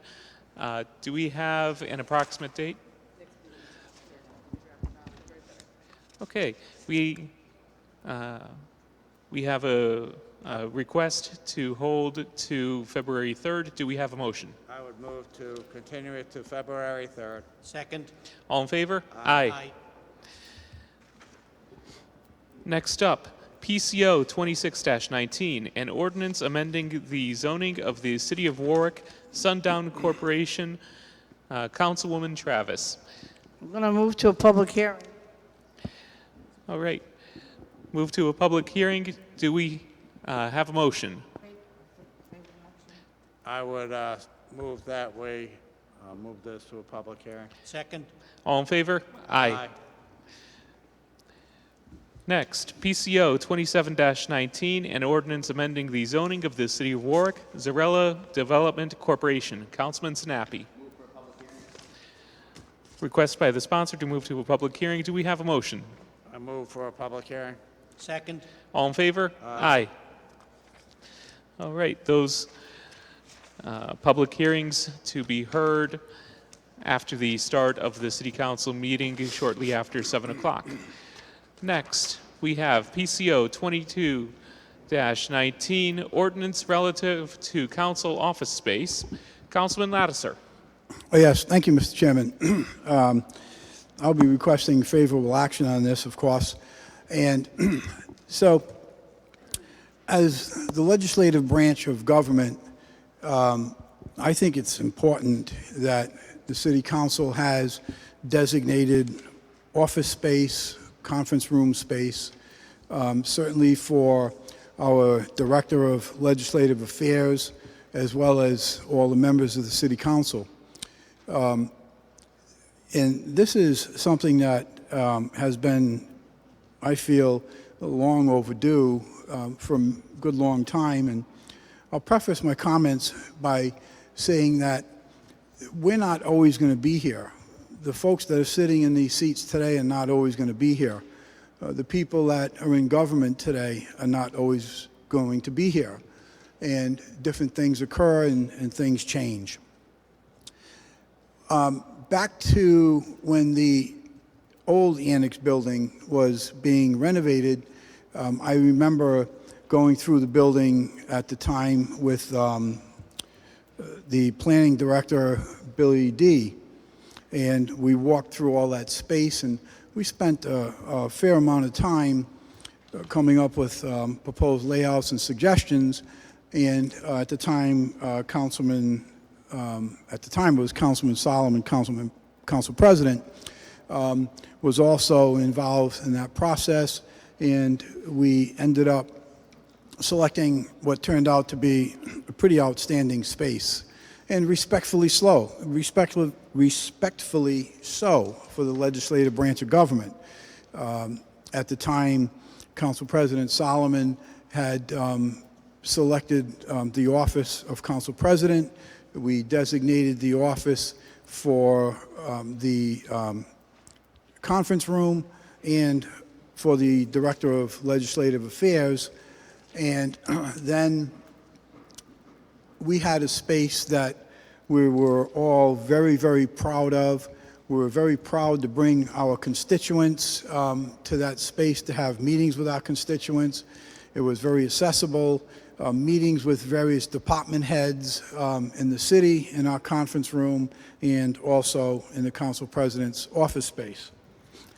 When we went to the Drooper building, which was obviously a temporary situation through the unfortunate damage that occurred in the annex building, certainly space there was much more confined and more difficult. And what I'm attempting to do is just make it clear and make it simple for what the legislative branch of government for the City of Warwick should expect and should have as a minimum for its office space, so that the members of the council can certainly meet with their constituents in conference room, council office, whatever you want to term it, and obviously have an office for the Director of Legislative Affairs, and one that we can be proud of, one that the city can be proud of, and one that our constituents feel comfortable coming to and having meetings with any of us, and also afford us a space that we can be assured is going to be there in perpetuity for generations and elected officials for many years to come. And that's what I'm asking to do with this ordinance, and I respectfully request favorable action. Thank you, Mr. Chairman. Thank you, Councilman. I've read over the draft ordinance. It looks very well drafted, very well thought out. As I see it, it's largely a matter of housekeeping. This is something that we really should have had in our city ordinances for decades. To an extent, because office space doesn't move around too often, perhaps the issue could have been ignored, but I think that now is as good a time as any to enact an ordinance on the matter, and this seems to be a very well thought, well drafted ordinance that addresses the potential issues in question, and so I'm looking forward to supporting this. Do we have any comments or questions from members of the committee? From members of the council? I have questions. Councilman Sinapi. So, number one, currently is the office we have 400 square feet in size, or are we going to have to get a new office? No, meet? the council space is 409 square feet. All right, and even if this is already the case, I'm not fond of the idea of having a conference room that no one else is even able to use because they can't open the door. Because it means like 99% of the time this is going to be a vacant conference room because fundamentally we all have full-time jobs. We're not going to be in there most days. So I don't like the idea of a room going to waste most of the time. The room in question being the conference room. Only because by the words of this ordinance, no one else has a key besides maintenance to clean. No, that's not the case at all, Councilman. There's a key for all of the members of the city council, including obviously the council, the director of legislative affairs, and a maintenance person. And the office space is always accessible. And it is not my doings that there is a lock on one of those doors that is some sort of a security lock that can only be unlocked with a key. So the lock certainly can be changed to locks that you don't need a key to open it. I would also add that it seems to me that there is enough flexibility in the ordinance as it's written that the key or key code for that to be provided to not just to that one person, but there's nothing in here that says that it is not transferable. Mr. Chairman, it says right in the document, it says keys for these office spaces shall be issued to council members, the council liaison, and one person assigned to maintenance or cleaning. I think that's pretty clear. Right. And in addition to that, there are items both in the Director of Legislative Affairs' office and potentially, not today, but potentially in the council office space that is of value and that we're responsible for. And the Director of Legislative Affairs, not just from today, but going down the road in the future, has computer equipment in there, personal items in there, who is responsible for that. He or she is responsible for that. He or she is responsible for the use of the computer. And the items that are in the council conference room, if you want to refer to it at that, may be personal items as well. And I think as the legislative branch of government that we have the right to do that, and I believe that we also should be expected to be responsible for what's in that space. And you cannot be responsible for it if when you leave, either during the course of the day or the end of the day, you can't lock that. So let me try asking the question a different way. If the room is not in use, the room being the conference room, and there is a need for it to be used by city employees for whatever reason, is by the words stated in this ordinance, is the intent for the city liaison or for a maintenance individual with the key to unlock the door so that the city employees with the need to use the otherwise vacant room at the time can use it. I see nothing in the ordinance that would prevent that. Is that the intent? Councilman, first of all, I think that there's ample space in that building that can be used by anyone at any time, in that particular building. I would remind you that there is a rather large conference room upstairs in that building that can be used anytime. I cannot help if people choose not to use the conference room or choose not to go there. That's up to you. Right, I get that. But that's not what I asked. Let me finish.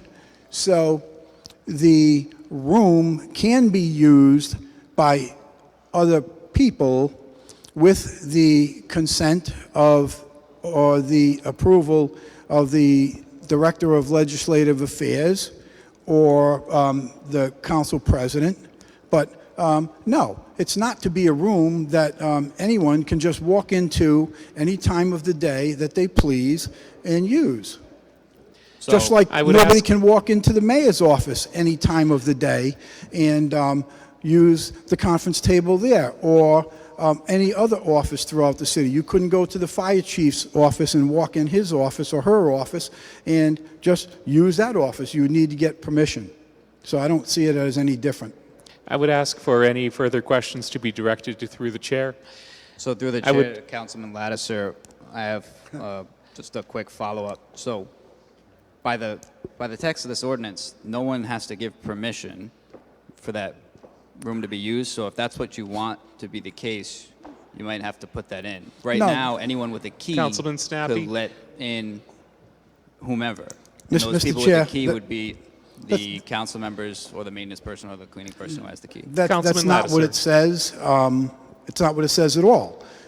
It does not say that anyone can just walk into that building or any other building that the legislative office spaces are located and use the building. I wouldn't expect that. Point of order, that's not what I said. Okay, so what did you say? I said, by the text of this ordinance, as of now, anyone with a key can let anyone they choose into the room for them to use it. And those people being council members who have a key, or a maintenance person, or a cleaning person. And all I said was, if your intent was actually to make it so that whomever wanted to use the room, besides whomever was let in, you should put that in the ordinance. Although, my own perspective, I rather it be so that the council liaison could let in whomever they needed to, Councilman if Snappy? the room was otherwise vacant. Councilman Snappy, the first sentence of the first paragraph, as well as the first sentence of the second paragraph, I believe, address that issue. First, stating that the city council shall be provided office space, which is no less than 400 square feet in size. And then skipping to that second sentence, the first of the second paragraph, there shall also be a conference room designated for city council use. Yes, I get So- that. Just like this room is designated for city council use, but a lot of other committees and boards use it. My point has been made. Go ahead and move on. Mr. Chairman, so just make a point of clarification. I'm not looking to set up a community room. It's not the intent. And I'm not looking to set up a community room that anyone can just go in and use at will. No more can, nor would anyone expect anyone to walk in the mayor's office, the chief of staff's office, the police chief, the fire chief. Nobody would expect that because that's the designated office space. Now, if someone should so choose or desire to use that space, a request could be made to use it. But my intent is not to have a community room. My intent is to do what it says, a conference room for the city council and designated office space for the Director of Legislative Affairs. Thank you. Thank you. And although we might not all see it the exact same way, I do see some overlap with how the city council chambers, if we're going to use that example, are used, because although it is possible for boards, commissions, parts of the government of the city of Warwick to reserve this room at times that the city council is not using it. These city council chambers are not a general community room that anyone can book at any time. And for that matter, if the city council needs to hold a special meeting, then we don't have to worry about conflicting obligations, because the city council always receives priority to use the city council chambers. So I don't see that analogy as necessarily being strained. Certainly, I think that the city council, its 9 members and the legislative director, having one conference room is not very much to ask. And if on the rare occasion there is a need for another part of the government of the city of Warwick to use that conference room on the rare occasion, then certainly there should be a procedure for that going through the legislative director and or the council president. But there's no need to get into that sort of minutia in this particular ordinance. I think that the ordinance is clear, but again, if there are any further questions or comments from members of the council, Councilman McAllister. Thank you.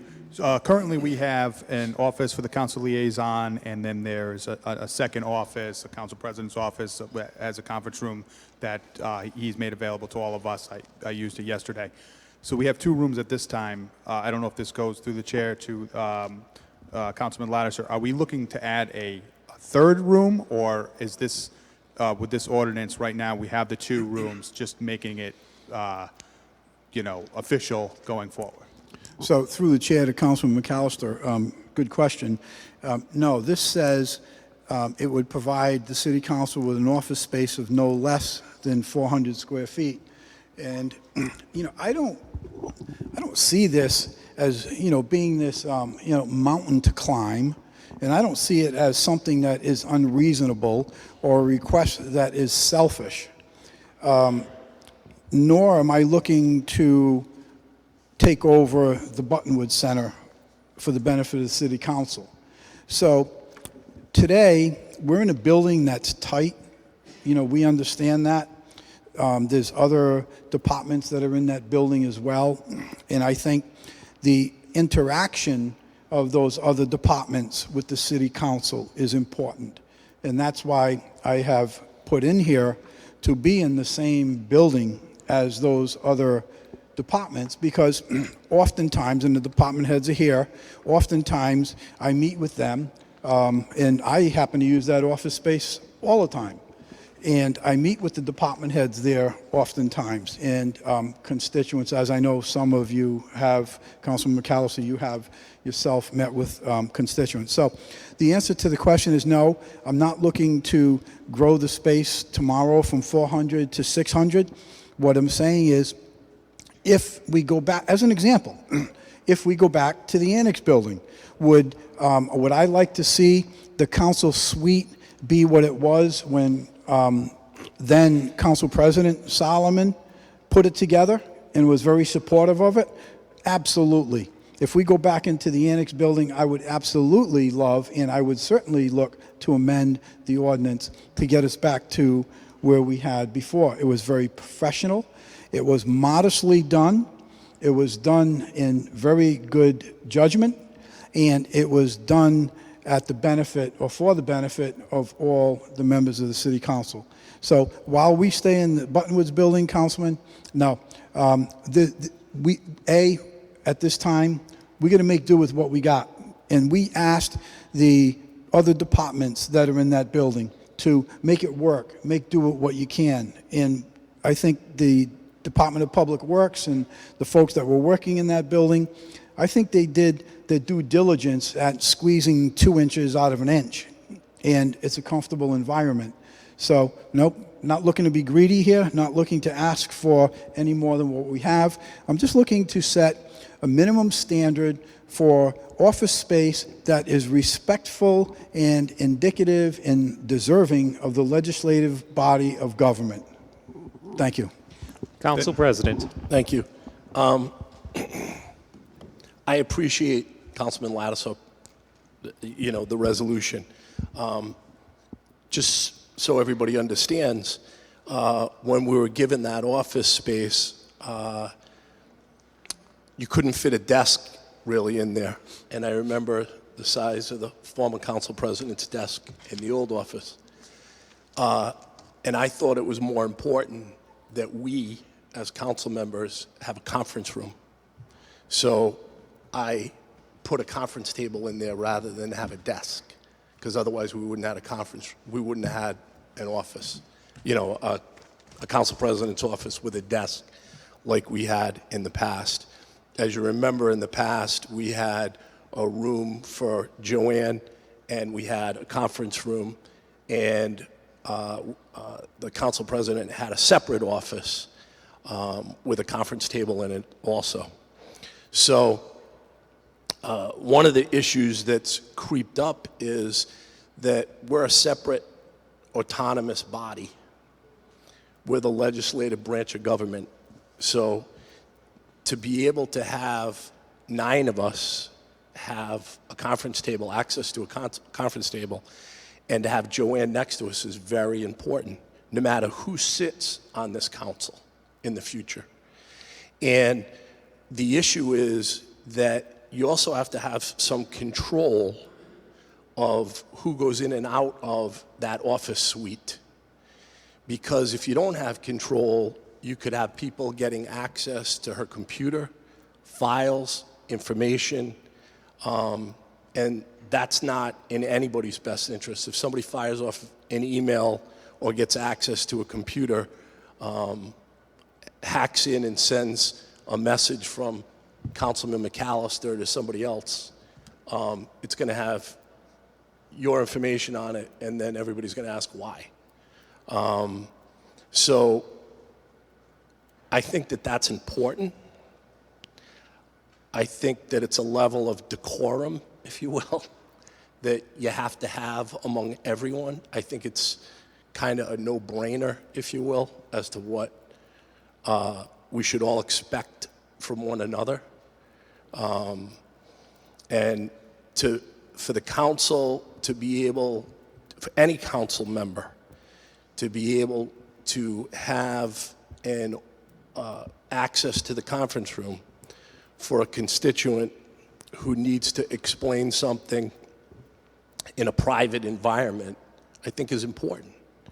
To have shades on the window so that when you're sitting there and it's hot in the afternoon, you don't get hot. That's just a level of common courtesy.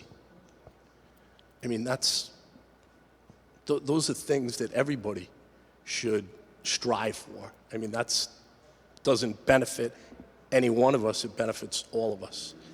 And so I think the resolution strikes at the heart of what do we all want when you go in there.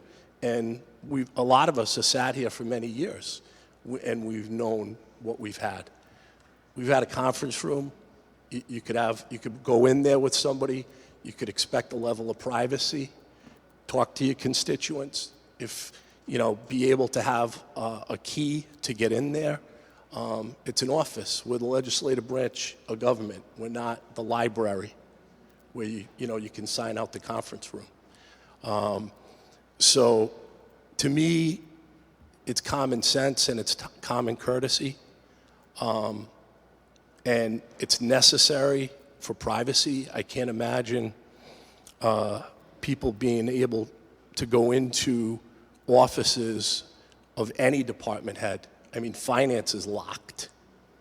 Maybe we should start having the finance department doors unlocked so people could get into those offices. So, and I appreciate Councilman Lattiser putting putting forth the ordinance. And I just think that, as I said before, that this should be an issue that everybody is in favor of. If there's something that Councilman Sinapi is talking about, in particular with regarding an amendment which makes something clearer, I mean, I'm all ears. But the basic premise is that we all have a place to go that's private, that's not accessible to anybody else, and that everybody has a key to. I think that's the basic premise of having that. I would like to see shades for Joanne when the sun gets hot. I'd like to see shades for all the other people in the Buttonwood Center. I know that people have newspaper up on the windows because it gets hot. And I don't know if you've ever sat at our council table in the afternoon around 2 or 3 o'clock, but when the sun comes beating in, it's not a comfortable situation to be there, you know? So, you know, hopefully this is something that we can all move and strive to figure out and fix so we can all have access to something that is usable to all of us and is not accessible to people that shouldn't be in there. And I think that that's the goal. I'll listen to any amendments, but I think we should all be on the same page as to what the goal is and what our expectations, not only for this council are, but for future councils. Thank you, Mr. Chair. Chair, I have two quick things. Councilman Corley has not yet spoken. Councilman Corley. I have three things that one is a question. I am not too good on spatial design. When I'm done, can someone tell me what the current square footage of the two rooms that have been allocated to the City Council? Second question is there space in the Buttonwood Center for the 400-foot square space that we are seeking?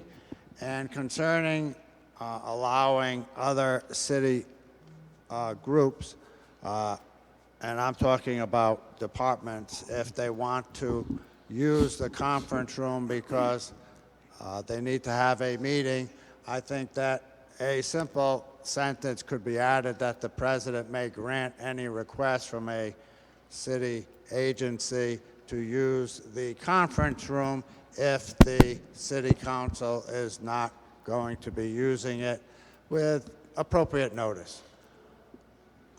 So that's my thoughts, and if anyone can say what the spaces are, I'd appreciate it. Councilman Lattiser, as I know that you're aware of the space issues. Yes, thank you, Mr. Chair. So, Councilman Corley, initially, when the city took back the Buttonwood Center and made the determination to open it, a large portion of that area is a community room. And the room is pretty substantial, and it is not used necessarily 8 hours a day. It's used at various times of the day. As far as the space you required or inquired about, that is the current space that we occupy right now. Initially, that was one large room, and the room was about 200 square feet. I'm sorry, it was about 400, to be exact, it was 409 square feet. And when the designing of the building was being laid out, I was allowed to participate in the designing of the different spaces, and particularly with the council office suite. And what was decided was to put a dividing wall down the center of that one large space to create two spaces. So what we did was we took one large space, and instead of just having one office in there, we made two offices. And it was, at the time, designated as the City Council office space. And each space now is approximately 204 square feet, each space. As far as a conference room being used by, or the council conference room being used by some other members of, or employees of that particular building or in the city, I think the use of that space would probably come up with the employees that are actually in that building as opposed to here in City Hall. I don't think they'll be leaving City Hall to go to the Buttonwood Center or the Pilgrim Center to go there, whatever. If there's a conference room that is needed, as I said earlier to Councilman Sinapi, there is a very large space on the second floor of that building, which is a conference room. And that is intended to be used by anyone. So,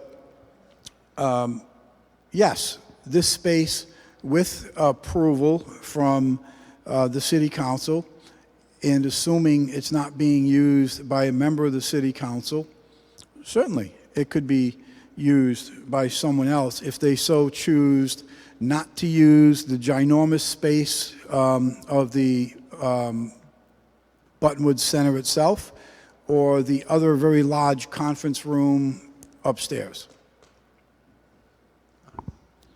Okay. Thank you very much. I thought that perhaps we were talking about moving from where we are now to a larger space because it was too small, but if it meets the 400-foot limit, then that is satisfactory, and it's good to know. Thank you. Councilman Snappy. So two things. One's a request for an amendment so that we can get just the word all in the second paragraph. Shall be issued to all council members in regards for the keys for these office spaces. And that's the way it's done later on in the next sentence, so it's just... No objection.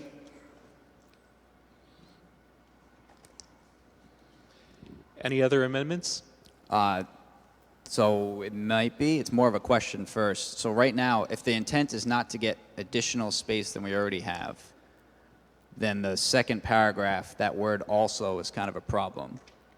Because that's saying you have that 400 square feet, now also a conference room. So we'd probably have to tweak that a little bit. Say again? So right now, if the goal is not to have more space than we already have, like we're not asking for more space, we're just asking to make sure we status quo at a minimum we always have. Right now, though, you're asking for that in the first paragraph, and then you're saying shall also be a conference room. So on top of that 400 square feet. Eliminate the word also. If you had it say simply of those two connected office suites, one shall consist of a conference room designated for city council use, or if you simply just had a little tag in at the end of the first paragraph where it says to be designated for council member use, just have it say to be designated as a conference room for council member use. And then you can just eliminate the first sentence of the second paragraph altogether. Mr. Chair, if I may, I don't think you need to eliminate any sentences. In the, so we have city office space, city council office space, then we have the next paragraph, then we have the third paragraph, no objections to putting all, where it says issued to all council members.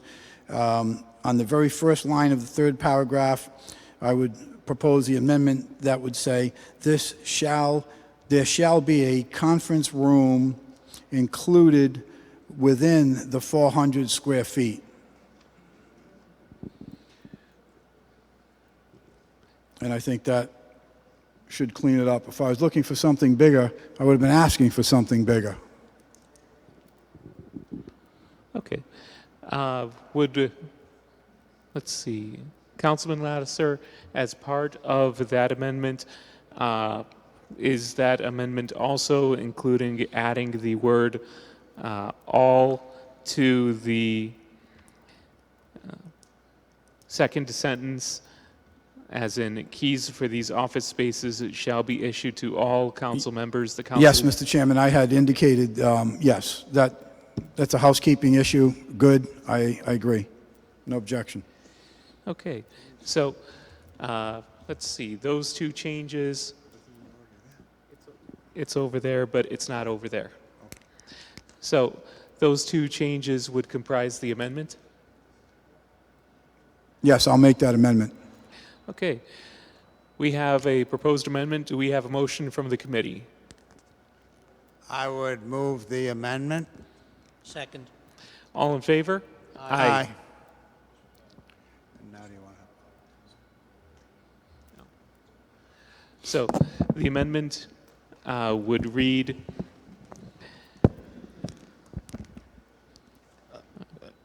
Mr. Chairman, if I may, through the chair to the sponsor, the intent, Chairman Lattiser, is for the second room that's part of the 400 minimum square foot to be available for use as a conference room? The intent is to have it designated as a conference room for members of the city council. and that the conference room would be part of the aforementioned 400 square feet rather than in addition to, which is implied by the word also.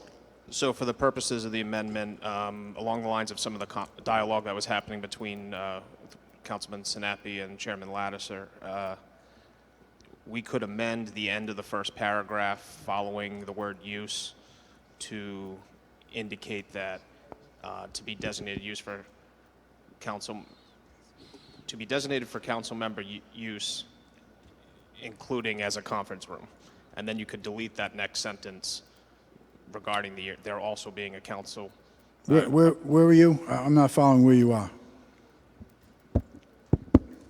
The indication was that if we could delete the first sentence of the second paragraph, as it's confusing as it relates to whether this is a separate room or not. If you delete that sentence, and as part of the last sentence of the first paragraph, where you indicate that there are two connected office suites, one for the council liaison and one for council member use, if you indicate that that second room would be the conference room, I think that addresses the item there. Mr. Chair, can I just suggest that, as the council has stated, that the last line of the first paragraph simply read, one to be designated for council member use as a conference room. So in the first paragraph, repeat the first paragraph, the end of the first paragraph. I'll just read the whole sentence. The office space shall consist of at least two connected office suites, one to be designated to the council liaison, and one to be designated for council member use as a conference room. Fine. And then delete the next And then sentence. you can delete the whole first sentence of the second paragraph. Fine. We have an amendment, a proposed amendment. Do we have a motion? I'll move the amendment. Do we have a second? Second. Any discussion on the proposed amendment? Hearing none, all in favor? Aye. All right.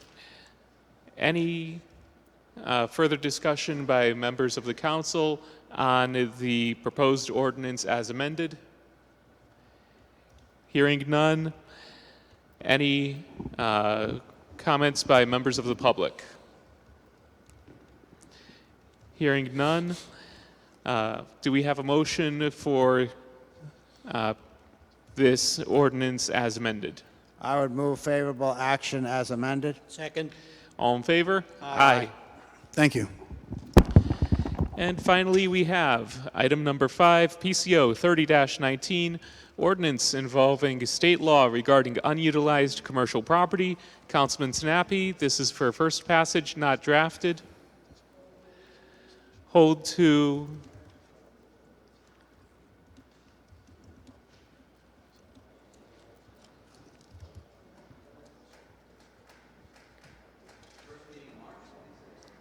the first meeting in March is March 9, 2020.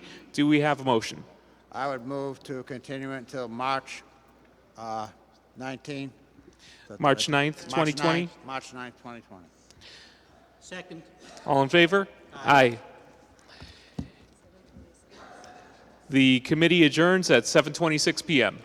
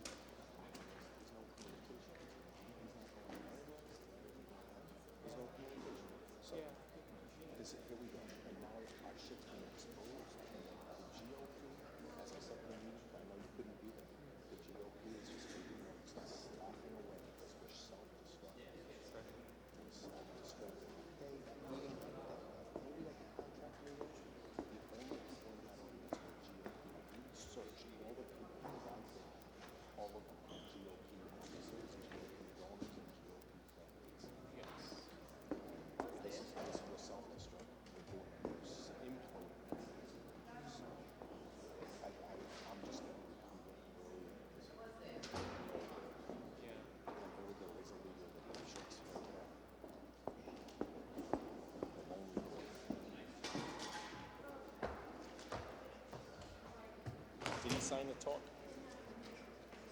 Did he sign up the talk?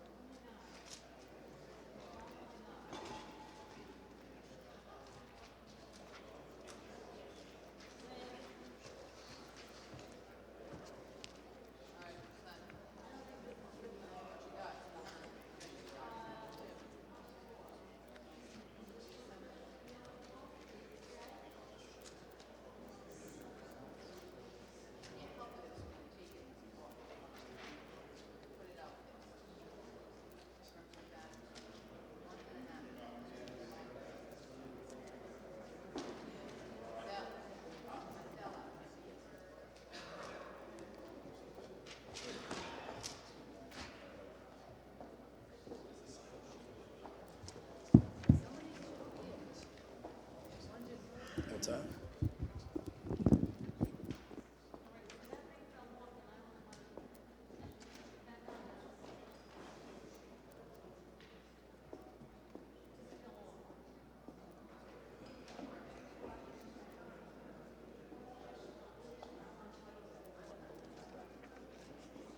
Trying to get more people to sign the talk.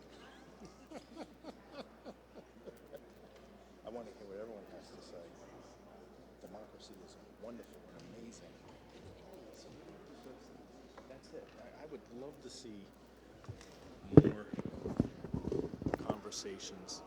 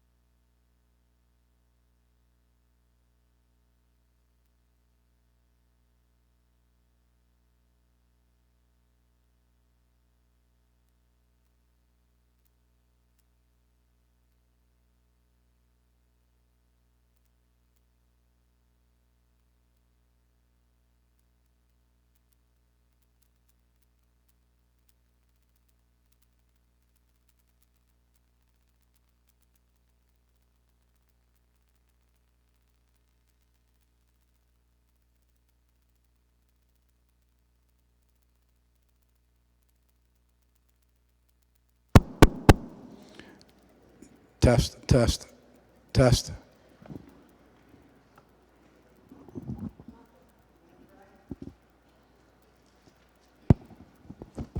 Testing. You don't get it? It's hearing. Testing, testing.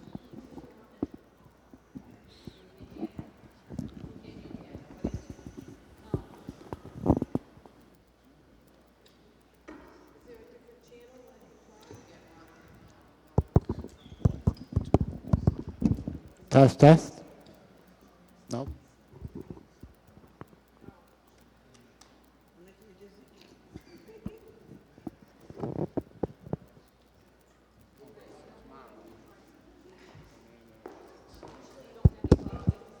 Oh.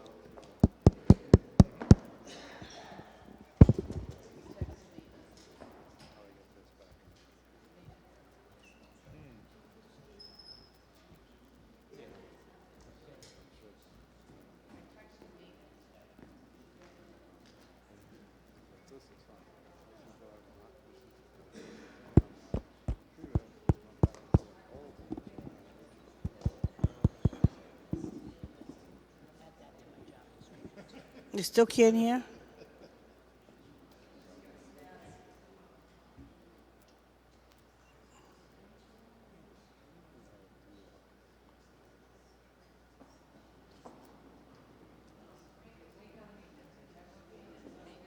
Testing, testing.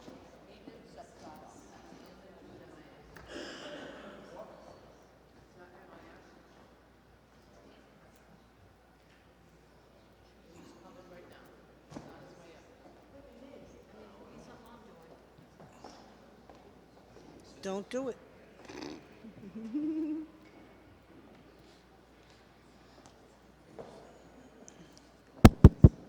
Folks, we're having some trouble, technical difficulties with the audio equipment, so we're going to have a small delay.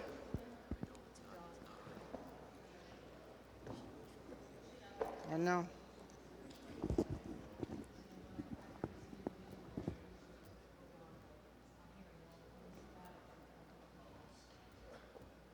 I thought you could fix it. Anyone could fix it. You could fix it. That's all.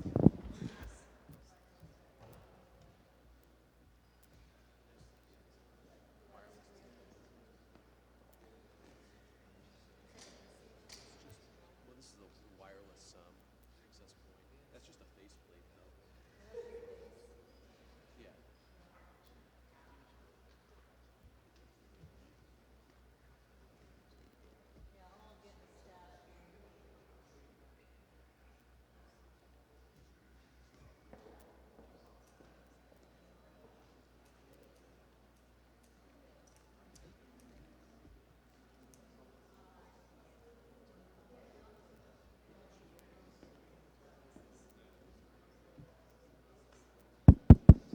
Test, test, test. This one's working. Test.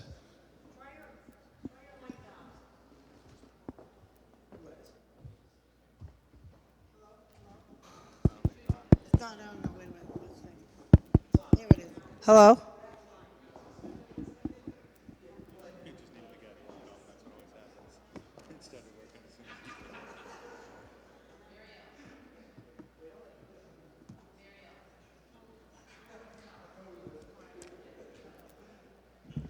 Mary Ellen, can you hear this one over here? All right.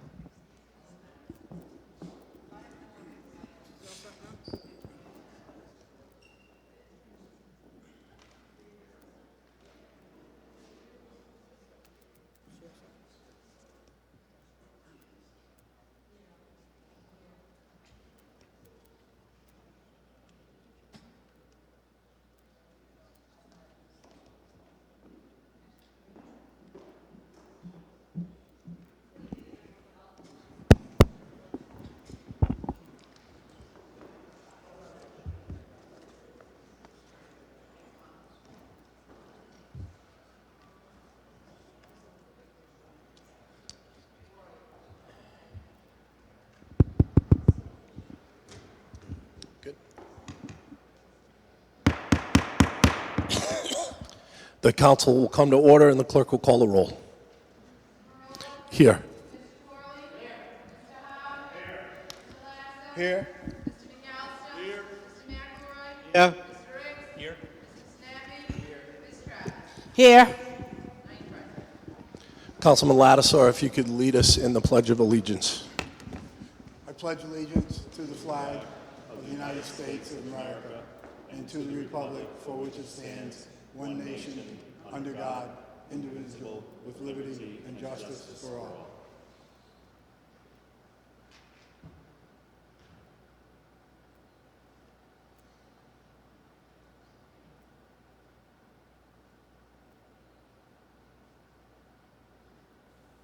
Oh, say, can you see by the dawn's early light what so proudly we hailed at the twilight's last gleaming, whose broad stripes and bright stars through the perilous fight o'er the ramparts we watched were so gallantly streaming, and the rocket's red glare, the bombs bursting in air, gave proof through the night that our flag was still there. Oh, say, does that star-spangled banner yet wave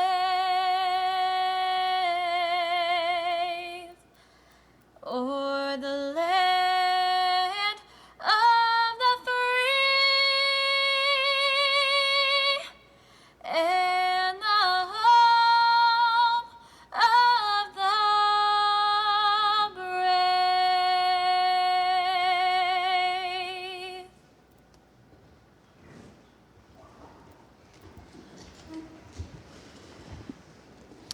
Thank you. If everybody could be seated, we'll go to the first item on the agenda, which is executive communications, and there are none. Next item on the agenda is general communications. Are there any general communications from council members?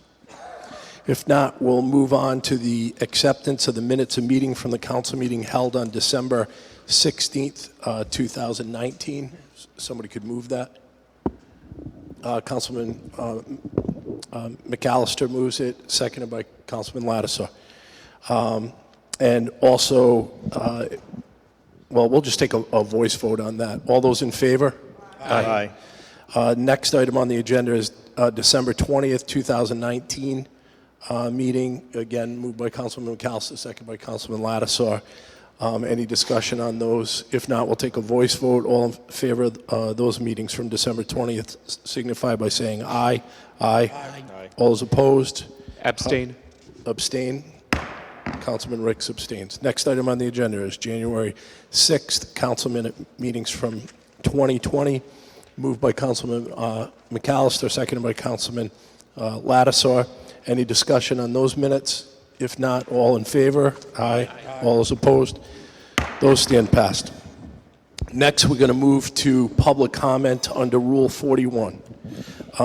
After the general communications and prior to the consent calendar, at each city council public hearing meeting, there shall be a 15-minute period during which citizens may comment about Warwick city government issues subject to the following stipulations.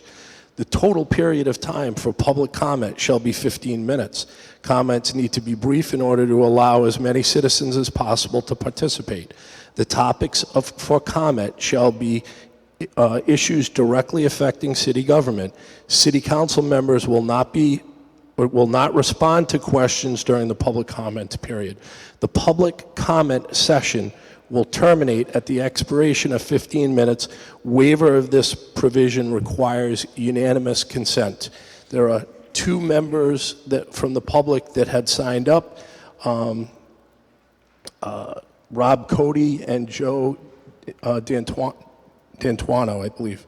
So if those 2 members could come up, and the clerk will limit each member of the public to 7 minutes and 30 seconds. Mr. Cody, you're first. Rob Cody, Ward 7. I'd like to make a couple of comments and some observations of events leading up to the January 6th meeting over the last month and a half. First, I'd like to thank members of the council, Councilman Lattisaw, Councilman Marola, Councilman Ricks, and Councilman Corley for their due diligence and asking the right and appropriate questions to protect the taxpayers. Everybody appreciates that. We know that you put a lot of time into that, and it was recognized and it was appreciated, particularly since it was no question that this contract was counterproductive to the taxpayers with ambiguous language that most certainly down the road will wind up in litigation and we will get burned again.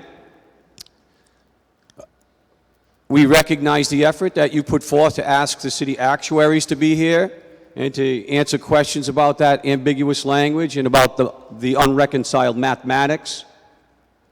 But they weren't able to do that, and that speaks volumes, and I can assure you that was recognized by a lot of people. I would like to make comment on the December 19th meeting that was engineered and orchestrated by the 2 other members of the Finance Committee, Mr. Howell and Mr. Callister. Mr. Cody, if you could just talk about the merits of the meeting and not, talk about whether we're trying to, under this public comment period, it's not, I can appreciate that you want to talk about the fire contract or issues within the fire contract, but it's not meant, this is not meant as an opportunity to attack any member, from a political standpoint or a non-political standpoint. It's, as it says in the ordinance, if you could please keep your comments focused on legislation and issues that are before us, it would be appreciated. Thank you. I think I'm doing that, and I hope you credit me for the time. But I will. That was a public event. It was recorded in the minutes, so I think it has merit that we can talk about it because it does affect the city of Warwick and it does affect me as a taxpayer. The point of this is 5 members of the city council orchestrated this emergency meeting right before Christmas. And that meeting was found to be in direct violation of the city charter. Now, I have been here on numerous occasions when council members have been sworn in under oath, and they swear an oath to protect the city charter and not to uphold the city charter, which they violated. But what's the penalty for violating the city charter? Rule 19 to be enforced, he's supposed to maintain decorum. Yeah, and I've warned Mr. Cody. So I understand, Mr. Cody, that, we can rehash what happened procedurally, okay? Making comments about if somebody individuals violated the law crosses the line into personal comments about individuals. So we're trying to maintain a level of decorum and talk about the issues and procedures. I don't have a problem if you talk about a procedure or a substantive issue, but identifying this council member was, in your opinion, illegal, etc.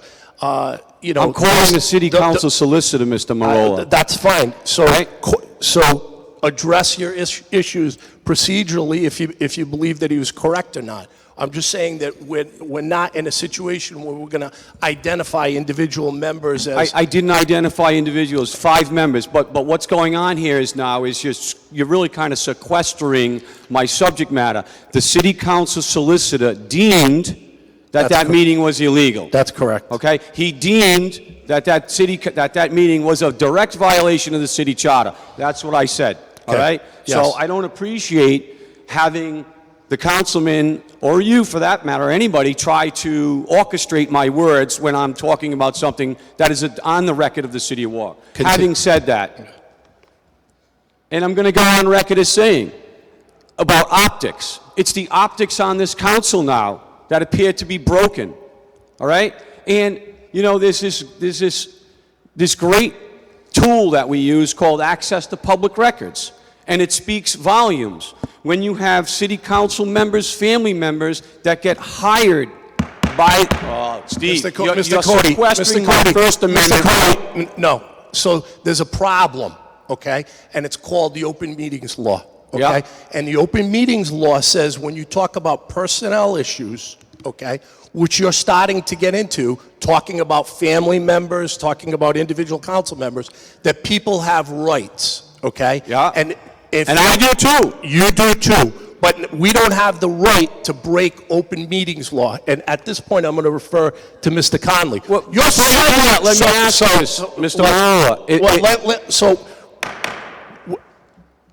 we're going to have a dialogue, don't worry. I'm asking Attorney Conley to brief us on what we can talk about with regard to personnel matters. It doesn't limit anyone's freedom of speech to talk outside this council or in the press or to send things, okay?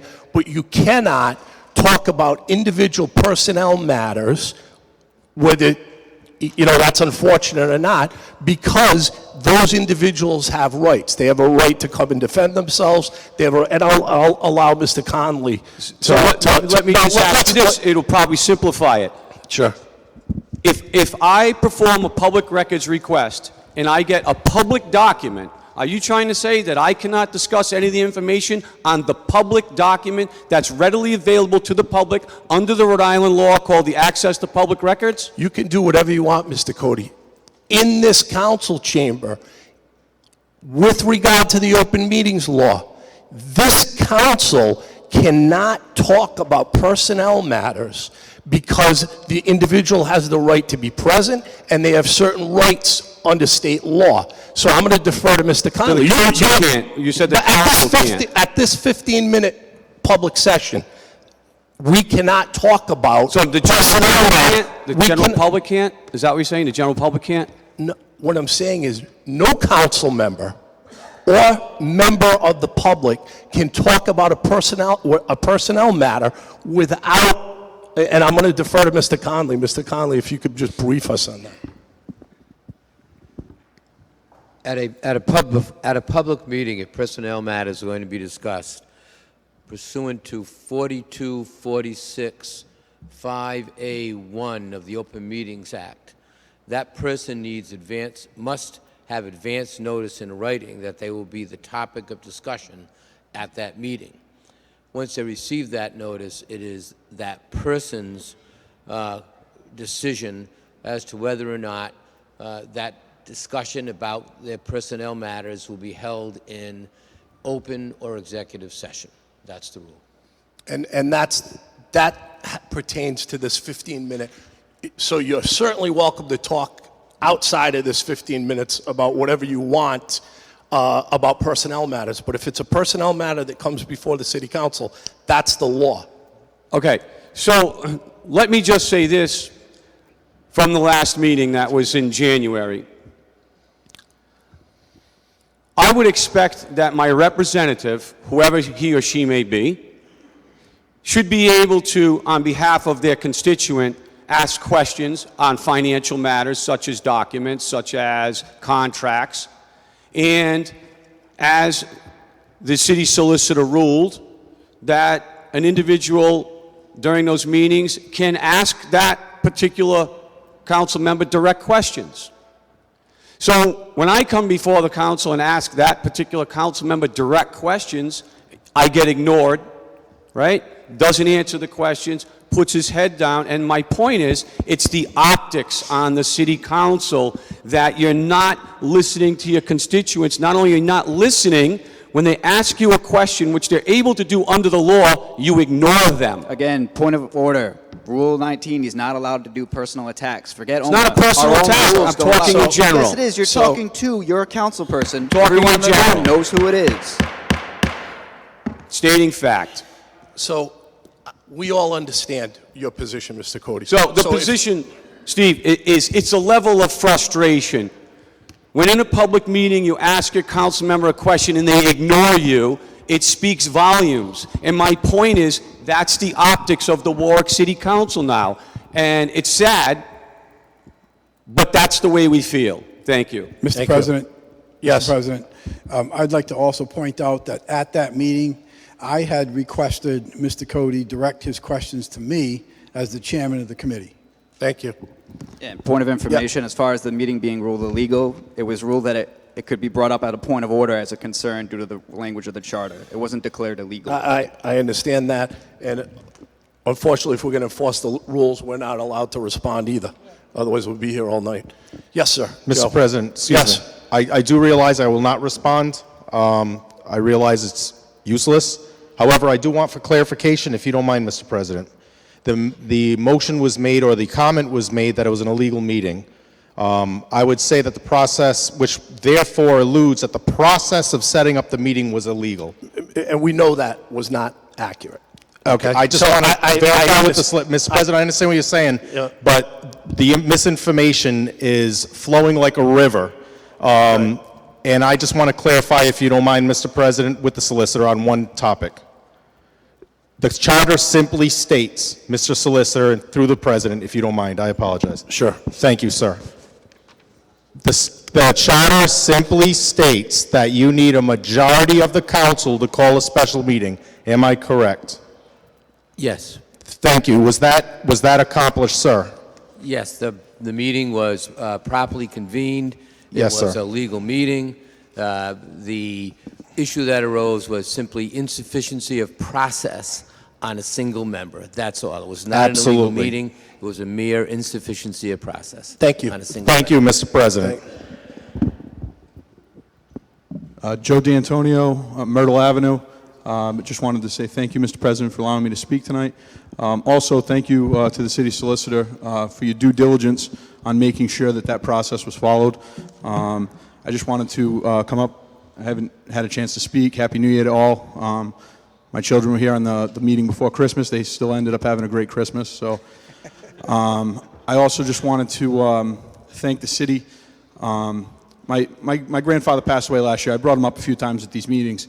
But I wanted to thank the city for watching out for the elderly in this city, because my grandfather was able to stay in the house that he and my grandmother built until his last day because of the city and the charters and the ordinances that they've put through to protect the elderly and make sure that he was locked in at a reasonable tax rate.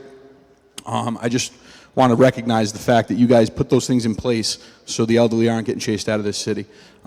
Again, to echo what I said the last time, we do have a new family going into that house in February, and they're very excited to be Warwick residents. Also, we haven't had a lot of snow, but I also wanted to give a shout out to the plow trucks out there. I know it's not an easy job. They work very, very long hours. It's just very much appreciated that I can get my kids to and from Warwick schools safely on safe roads that are maintained well.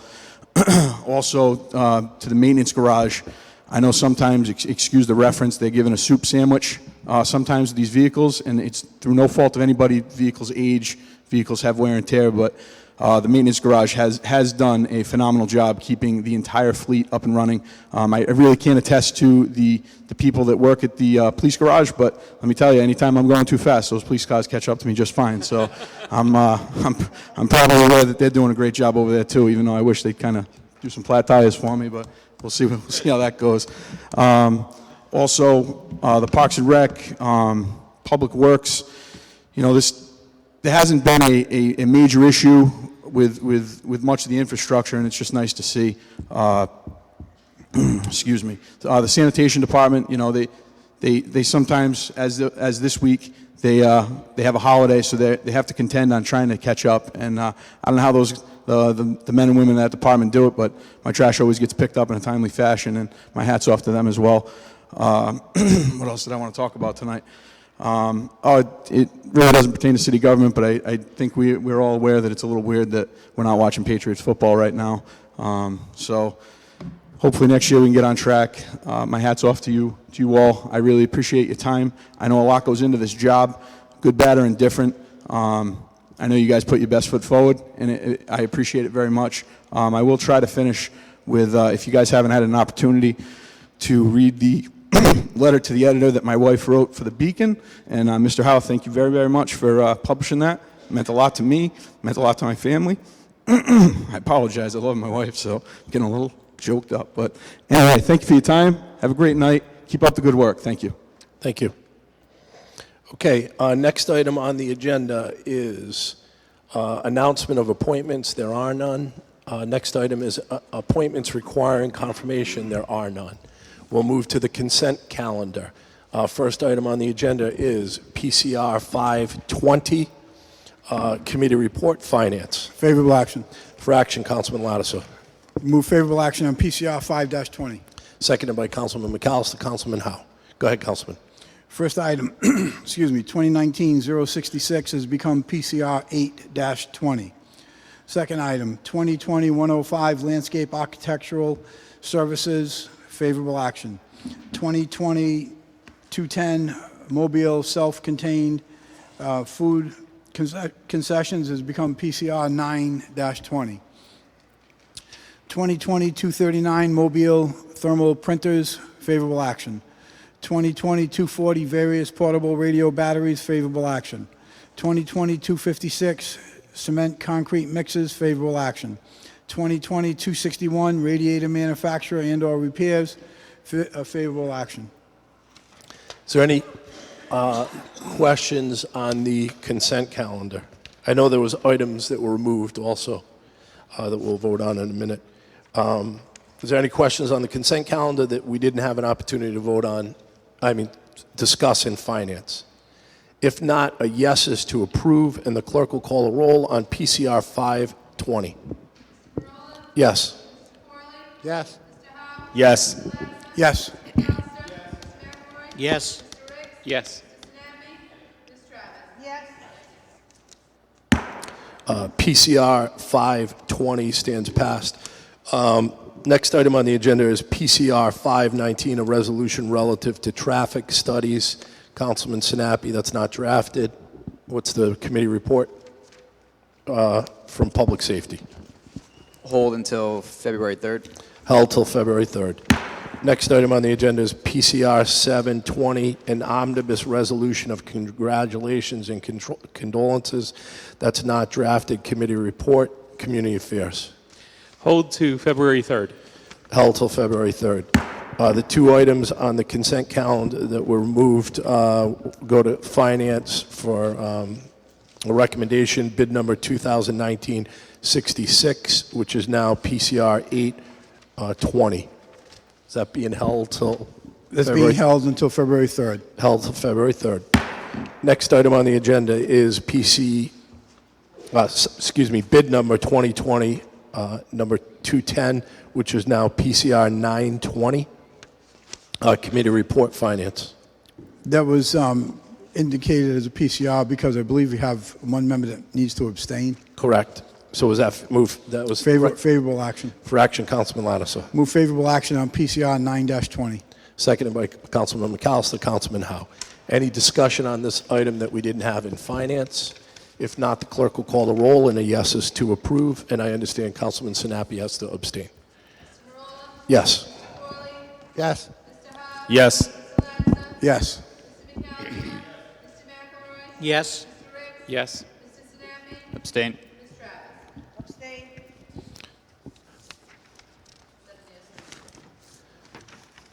PCR 920 stands passed. Next item on the agenda is a public hearing. It's PCO 2019, an ordinance amending the zoning ordinance of the City of Warwick, Sundown Corporation, Councilwoman Travis. It's committee report, land use. Do you have a recommendation? There's a recommendation first. Recommendation is for public hearing. Councilwoman Travis, if you could move to open the public hearing. Seconded by Councilman Lattiser, Councilman McAllister. All those in favor? Aye. All those opposed? Public hearing stands open. First item on the agenda, the only item on the agenda is PCO 2619, an ordinance amending the zoning ordinance of the City of Warwick Sundown Corporation. Is there anybody here to speak in favor of the ordinance? If you could identify yourself for the record. Good evening, Mr. President, honorable members of the Warwick City Council. For the record, Attorney K. Joseph Shikachi, representing the applicant, Sundown Corporation. With me tonight is the principal owner, Mr. Mike Primo. I have several consultants who are here to testify. If the council has any questions or the public, I'll be happy to answer them. I want to give the council a brief overview of the project, and I'd like to give you also a travel history of the permitting process to date. So my client has purchased this property for over a year now. This property abuts the library on Sandy Lane, and he has done a market analysis and a market study and reviewed our density code, has hired planning experts, landscape architects, traffic experts, real estate experts, and under the density code would be allowed to request up to 9 condominiums for this particular site location. We thought this would be a good buffer between the library and the single-family homes. We had a neighborhood meeting. Representative for the planning department was there. Several of the neighbors showed up. They raised concerns, my client, regarding the location of the property, trees on the property, where certain things were going to go. After that particular meeting, my client voluntarily decided to reduce the number of condominiums from 9 to 8. And he also has moved the locations of the building farther away from the property line, requiring us to ask for some small variances to allow greater buffer between the proposed the proposed townhouses and the single-family homes that abut the property.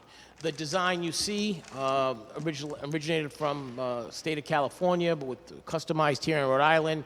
My client, this is a single-level, 2-bedroom condominiums. There are 8 of them. We've gone through a great deal of detail to work on the aesthetics to make sure it's compatible to the neighborhood and would be a benefit to do that. We undertook a traffic study. Mr. Paul Bannon's here, our traffic consultant. If the council wants, he'll testify that this is a very, very slight impact, if really none at all, on the traffic on Sandy Lane. Nevertheless, in consultations with the planning department, we were offering to make some improvements to the current traffic light that's there. Specifically, our traffic consultant calls for what they call back plates that would allow the lights to be seen. In our traffic analysis, there have been in the past some issues regarding glare and the sun causing people to know when the light is green or red. These are pre-existing. They've been there for many years. This is a remedy that we can volunteer to do that. We have moved to accommodate the location of the dumpster, all in consultation with the planning department and the neighbors. We had a planning board hearing where we received approval. I believe you have a copy of that in your record. In addition to that, there should be recommendations and stipulations. We have reviewed that. Our team has reviewed it, and we've agreed to that. What you're seeing before you tonight would add 8 units of housing stock to the city. These are market rate. These are not subsidized or Section 8. These would be sold because fair market, 2-bedroom units. They're very nice, they're pleasing, and we think it's a great land use transition from the library, which is a public gathering place, to the single-family neighborhood. They will be landscaped.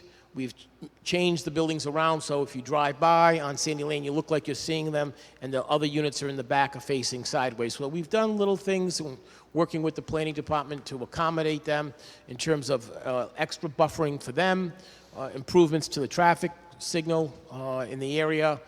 We think it's a great project. If we are successful today, we still have to go back before planning after we receive our final DEM approval, and as well as our PAP from the city of Warwick. I'd be happy to answer any questions.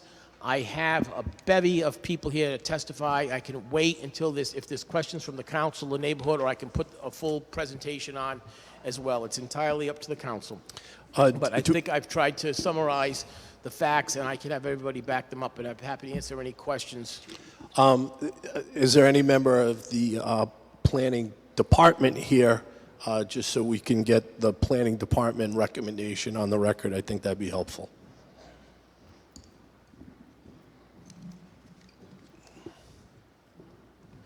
Good evening, Mr. President, members of the Warwick City Council. My name is Bill DePasquale. I'm the Planning Director and Chief of Staff.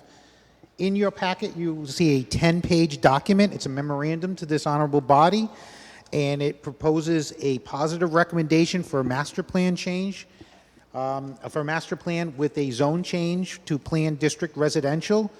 As council did note, and which you will see within the confines of this approval by the planning board, it is consistent with the comprehensive plan. As we all know, we do need more housing.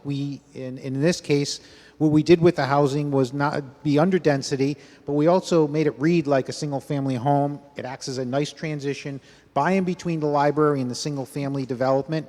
Some of the setbacks that are requested in terms of variance were actually generated from the neighborhood and their inclination to have certain separation at certain points.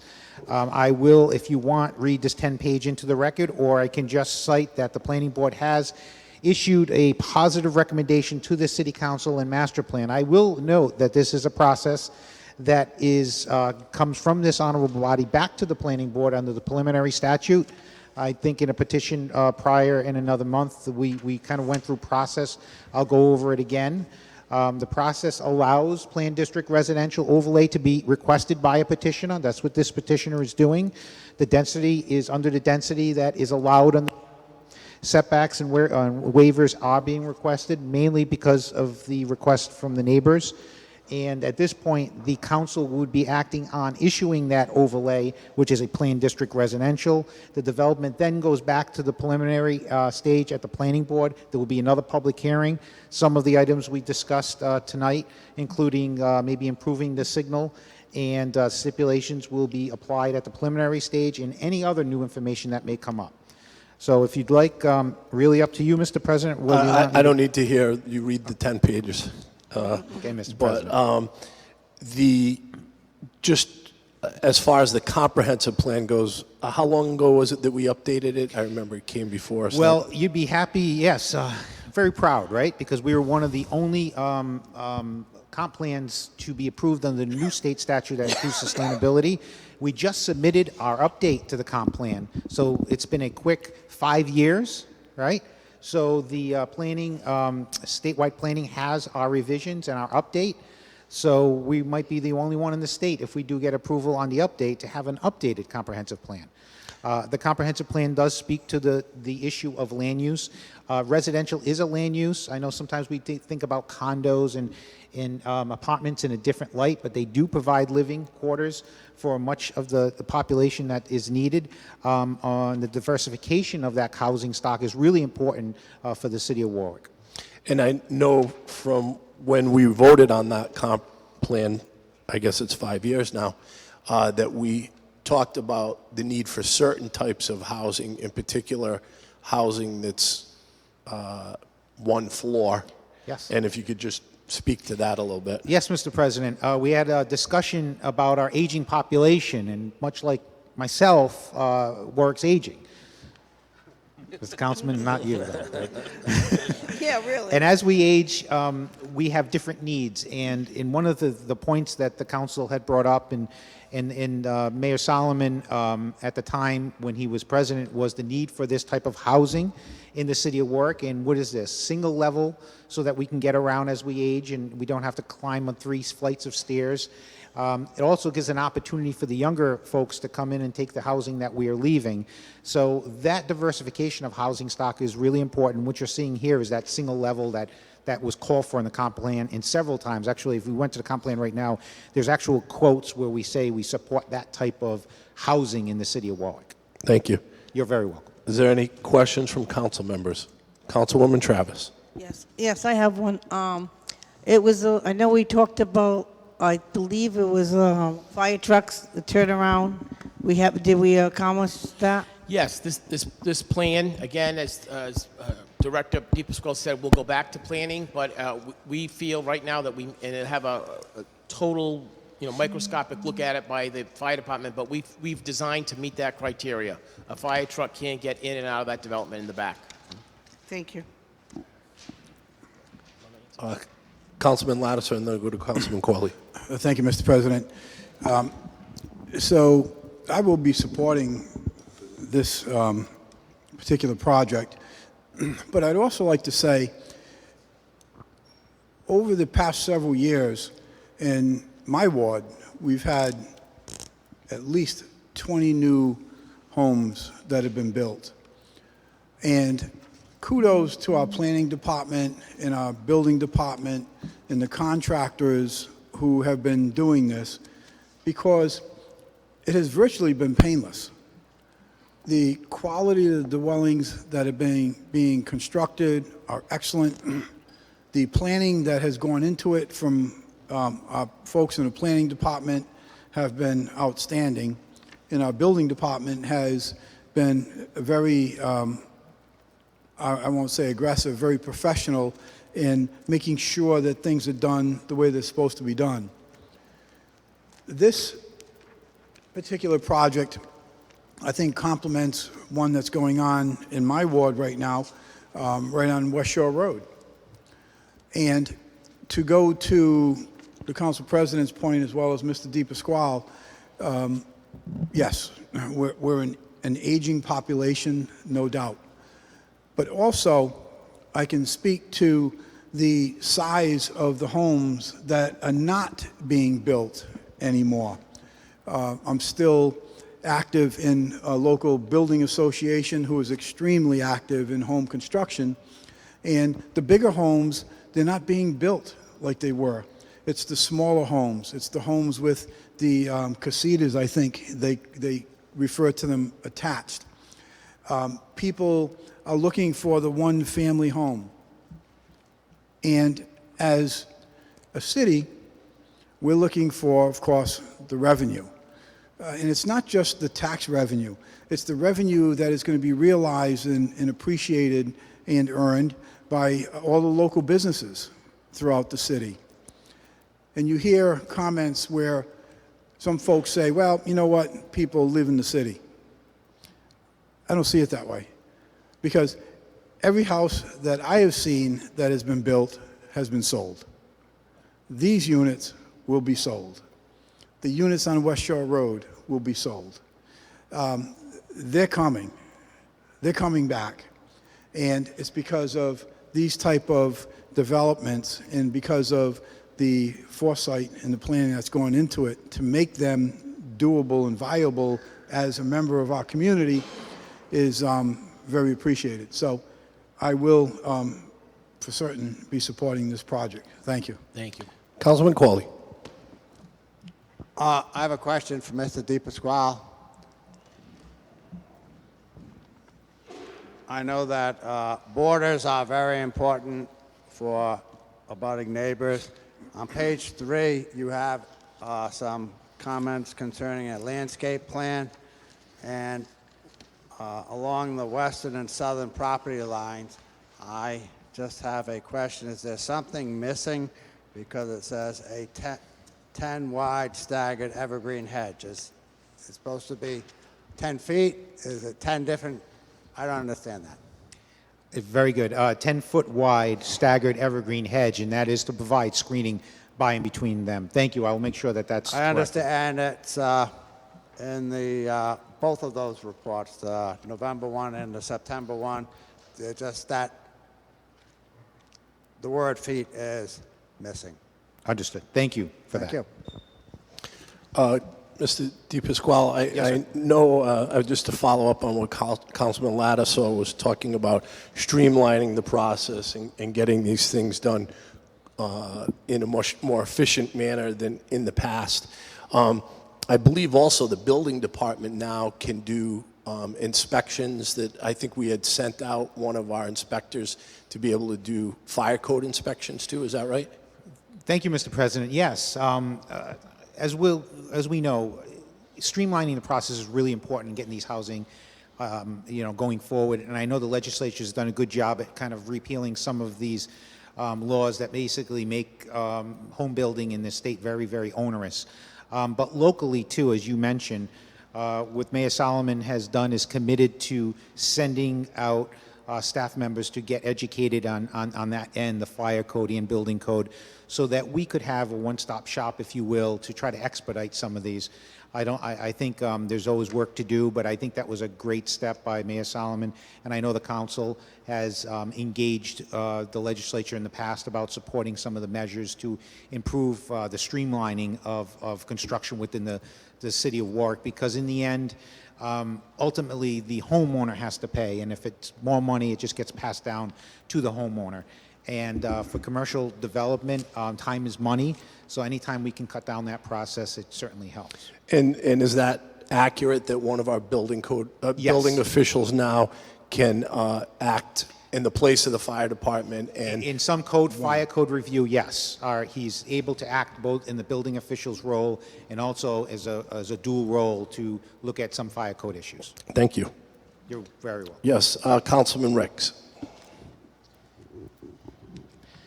I'd like to commend the planning department, planning board, and the petitioner for working together. This is something that it's certainly not something that excuse me, I'll rephrase that. This is something that we see on a pretty routine basis, and it's a testament that it's become so seemingly ordinary that we see this level of cooperation and really having that public process so that members of the public can participate. And while it's a very rare day that everyone gets everything that they want, we see it on a regular basis where there's movement to come together and figure out a solution that's really in the best interests of the neighborhood, the city as a whole, and make sure that it's something that everybody can live with. Just one question. I see that on the map and in the recommendations, there's information on the setbacks, the boundaries, and really more out of curiosity and in case a constituent were to ask, approximately how many square feet are the condo units? Approximately 1,000. And that's a very good point. I just want to, while you're asking that, because these projects have a fiscal impact, and it's a positive one, because it's highly unlikely, we would never discriminate and say, or ban them, but it's highly unlikely this development will house any school-age children. So it's more likely to be empty nesters or single professionals, and the fiscal impact to the city would be a net positive of 9 newly constructed homes at, the average price is well over $250,000 today. That's a lot of tax revenue and very little burden on city services. Thank you. Councilman Qualley. Mr. DePasquale, concerning the timing, I was trying to figure out when this project began. I saw some documents that were dated July of last year.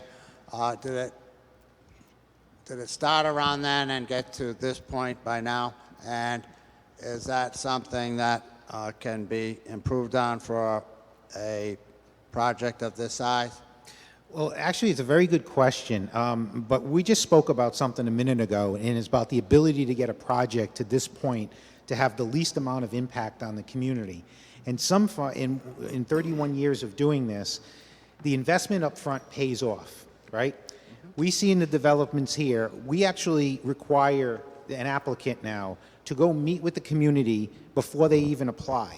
Why is that important? Because before they apply, some may think that we've already made up our mind. So most of the developers have been incredibly gracious on going forward to the community and say, hey, listen, we have an idea. We want to be your neighbor. This is our idea. We want to hear from you. So that takes some upfront time, but the payoff is now. It's so this chamber is not packed with people saying, I absolutely hate this is not us, and this is not who I want to be. And to me, I think it's really important because a community is about neighbors and about creating new neighbors.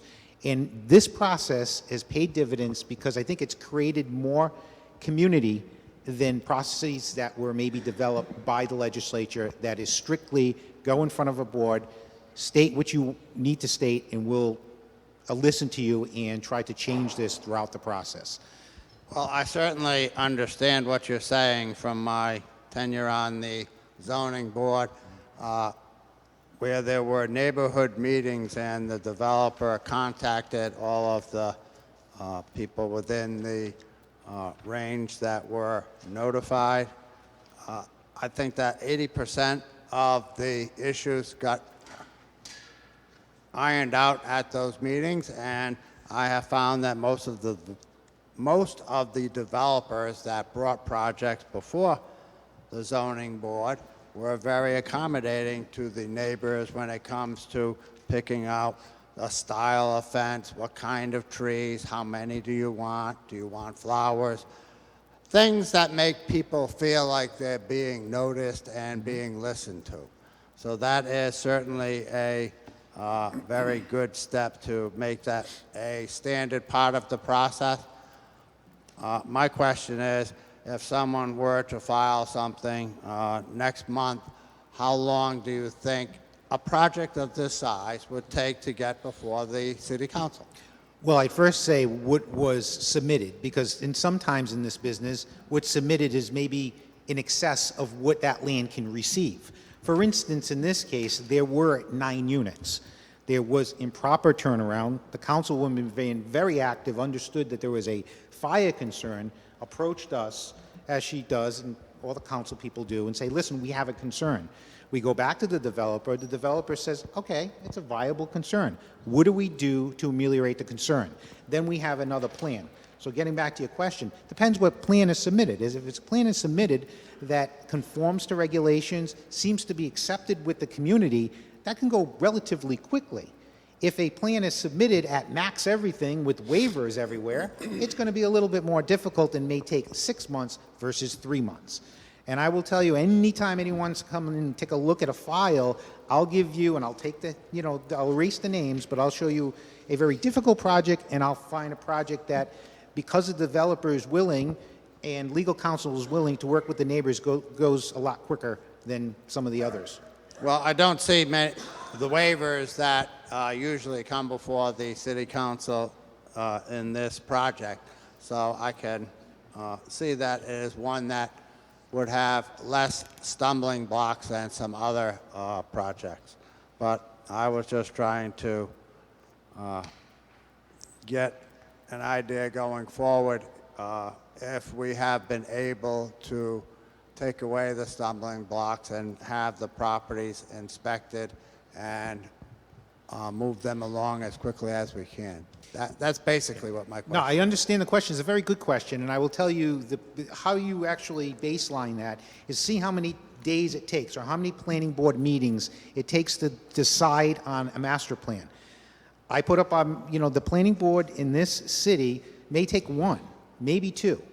Go to other cities, it may take 5 just to get through master plan, right, or 6. So that's the proof is in the pudding. We have great developers in this city. They work with us. They get it. When we go forward, we want to go forward with the elected officials and the community. And as a team, we're able to present something that everyone is quite frankly happy with. And I think we've seen a couple of really large developments, both on the commercial side and residential side, that have gone through the process and has come out the other side pretty well. And I know Councilman Ricks, we have one back in our hometown, and Councilman Lattisaw, we have one in West Warwick. I know Councilman Travis and McAllister and Snappy. McElroy, we've all had developments of some type, and they were in varying degrees of asks, if you will. So in this case, where you have, it's multi-jurisdictional too, so you have DEM, you have ISDS, OWTS, so there are a lot of factors, but in this case, you have a planned district residential, which is an overlay. So normally, they're not coming to this honorable body if they're just putting a single-family home. So if they're just putting a single-family home here, then they could pretty much just get a building permit without even having to coming to us. But because this is a multifamily, it's a good multifamily use, it's a good condo use, the condo association will have to actually keep the property in repair, good repair, and generally we've had very good luck at having that diversification of demographic be supported by these condo units within our city. We have had a sizable amount of development that has happened since I've been on the city council, and it's one of the things that gives me a positive outlook that once all of these developments open, they are going to attract more developments. And I am optimistic that that is going to occur, and I believe that that is going to help change the landscape and perhaps create some revenue for the city to help us with other problems when it comes time to sit down and do our annual budget. Thank you. Thank you. Councilman Sinapi. Just a quick note, that fix the traffic light's actually a big deal. Once that got done at Greenwich Avenue, that's one of the reasons why people stopped getting hit by cars down there, so big fan of that change. Thank you. Any other council members have questions? Is there anyone anyone else here to speak in favor of the project? Anyone else here to speak in favor of the project? Anyone else here in favor of the project that would like to speak? If not, is there anyone here to speak against the project? Is there anybody here to speak against the project? Is there anyone here to speak against the project? If not, Councilwoman Travis, you can move to close. I make a motion we close the public hearing. Seconded by Councilman Lattisaw, Councilman McAllister. All those in favor? Aye. All those opposed? The public meeting stands closed. Councilwoman Travis, you have a motion? I move favorable action on PCO-26-19. Seconded by Councilman Lattisaw, Councilman McAllister, Councilman Howe, Councilman Ricks, Councilman Corley. Any discussion, any further discussion on this issue? If not, a yes is to approve, and the clerk will call the roll. Yes. Yes. Yes. Yes. Yes. Yes. PCO 2619 stands past first passage. Next item on the agenda is... Thank you, Mr. President. I appreciate that. And I Thank want to not only thank the council, the planning department, but also the planning staff. So many times that we do this, we forget. And Ms. Lydia Cruz Abreu's here, and we have been negotiating this for 2 years. And you see a final product that everyone likes. There's no opposition. Received 9-0. As much as we all recognize the hard work and talented work that Mr. DePasquale does, behind every good director, there's a good staff. So she stands behind him, and I want her to be recognized as well. Thank you. Next item on the agenda is PCO 2719, an ordinance amending the zoning ordinance of the City of Warwick, Zarella Development Corporation. This is for public hearing, committee report, land use. Recommend open and public hearing. Well, you're going to recommend favorable action. Excuse me. Councilman Sinapi. Seconded by Councilwoman Travis, Councilman Lattisaw, Councilman McAllister. All those in favor? Aye. All those opposed? The public hearing on PCO 2719 stands open. Is there anyone here to speak in favor of the project? If you could identify yourself for the record. Good evening, Mr. President, honorable members of the Warwick City Council. For the record, Attorney K. Joseph Shikachi, representing the applicants of Zarella Development Corporation. This is a very simple request, and the presentation will be a lot shorter than the last one. I have pictures of the current site that I'd like to give to each of the council people. I will give it to the clerk or pass them out, or whatever you prefer, Mr. President, whatever the protocol is. Okay. And then I also have proposed pictures of the duplex.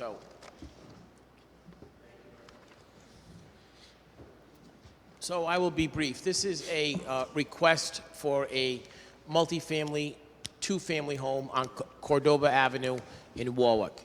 This project, you'll see, there's a picture of the house that currently sits there. It is a two-family. I, quite frankly, do not know the history if this project was approved as a legal two-family or an illegal two-family, but it has been utilized for many years as a two-family. My client purchased the property. He would like to knock this particular property down and build a two-family that is much more conforming to the current code and demographics. It would supply a significant amount of on-site parking. There'd be no need for off-site parking. The property is serviced by City of Warwick Sewer. We have been in contact, as well as our engineer, with the sewer department. There is ample capacity to connect for a new two-family home. This would be new construction. The project received approval from the planning board.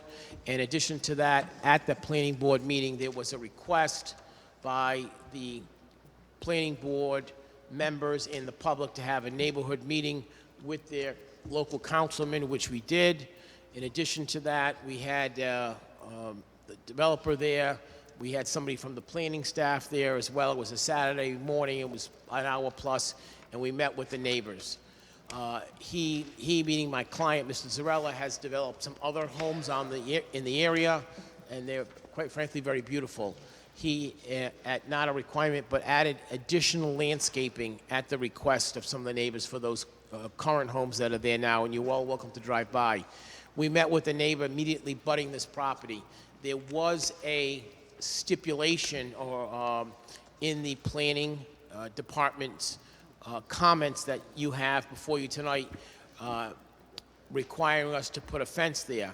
After much discussion, and Councilman Sinapi was present for that, the neighbor, when it was explained to him, and we were out on the site, if we were to put a fence there, the way the current trees are located, we'd have to cut down several trees and several natural buffer. That neighbor requested, my client has no objection, I'm here requesting to you that we get that requirement for a fence waived, and instead, or in place of that, is to plant a wall of green landscaping as a natural buffer to actually supplement the greens that with arborvitae or evergreen with that neighbor in the back. If the Honorable Council wanted us to knock down the current trees and put a fence up, we'll do it. But it was the request of the neighbor, and I told him I would make that request to the council. Be happy to answer any questions. There is ample on-site parking. We have additional parking. We are proposing a two-family on a piece of property that has in the past been utilized as a two-family. Thank you. I have the landscape architect here, I have the realtor here, and I have a representative from Zarella Development to answer any questions if there are any, but I'll be happy to do my best. Again, I'd like to call on Mr. DePasquale regarding the recommendation from the planning department to the council.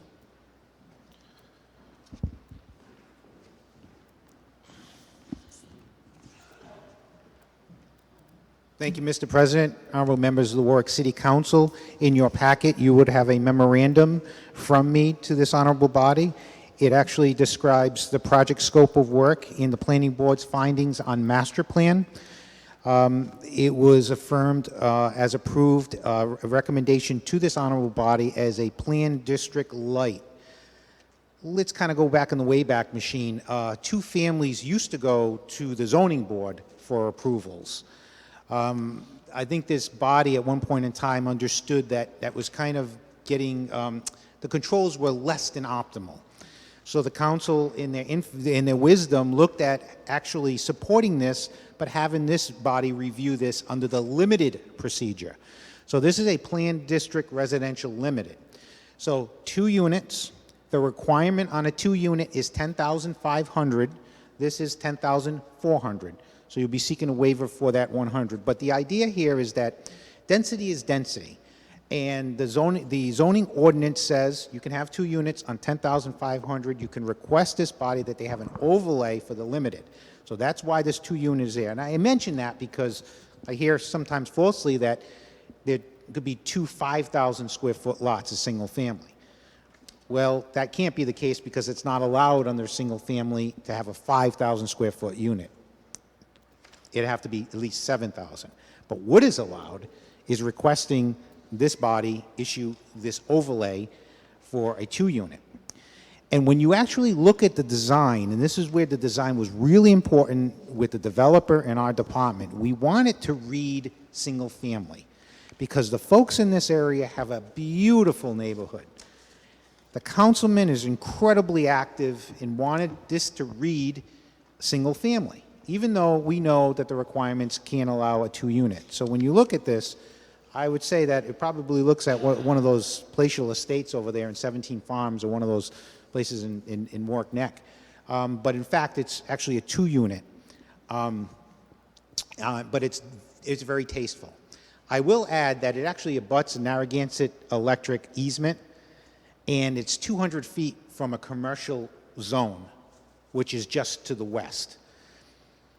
In working with the folks and understanding there is a litany of concerns by some of the neighbors, Councilman Sinapi was very active on weighing these concerns versus what the land use should be in this particular area. And we decided on a couple of stipulations that we think will help.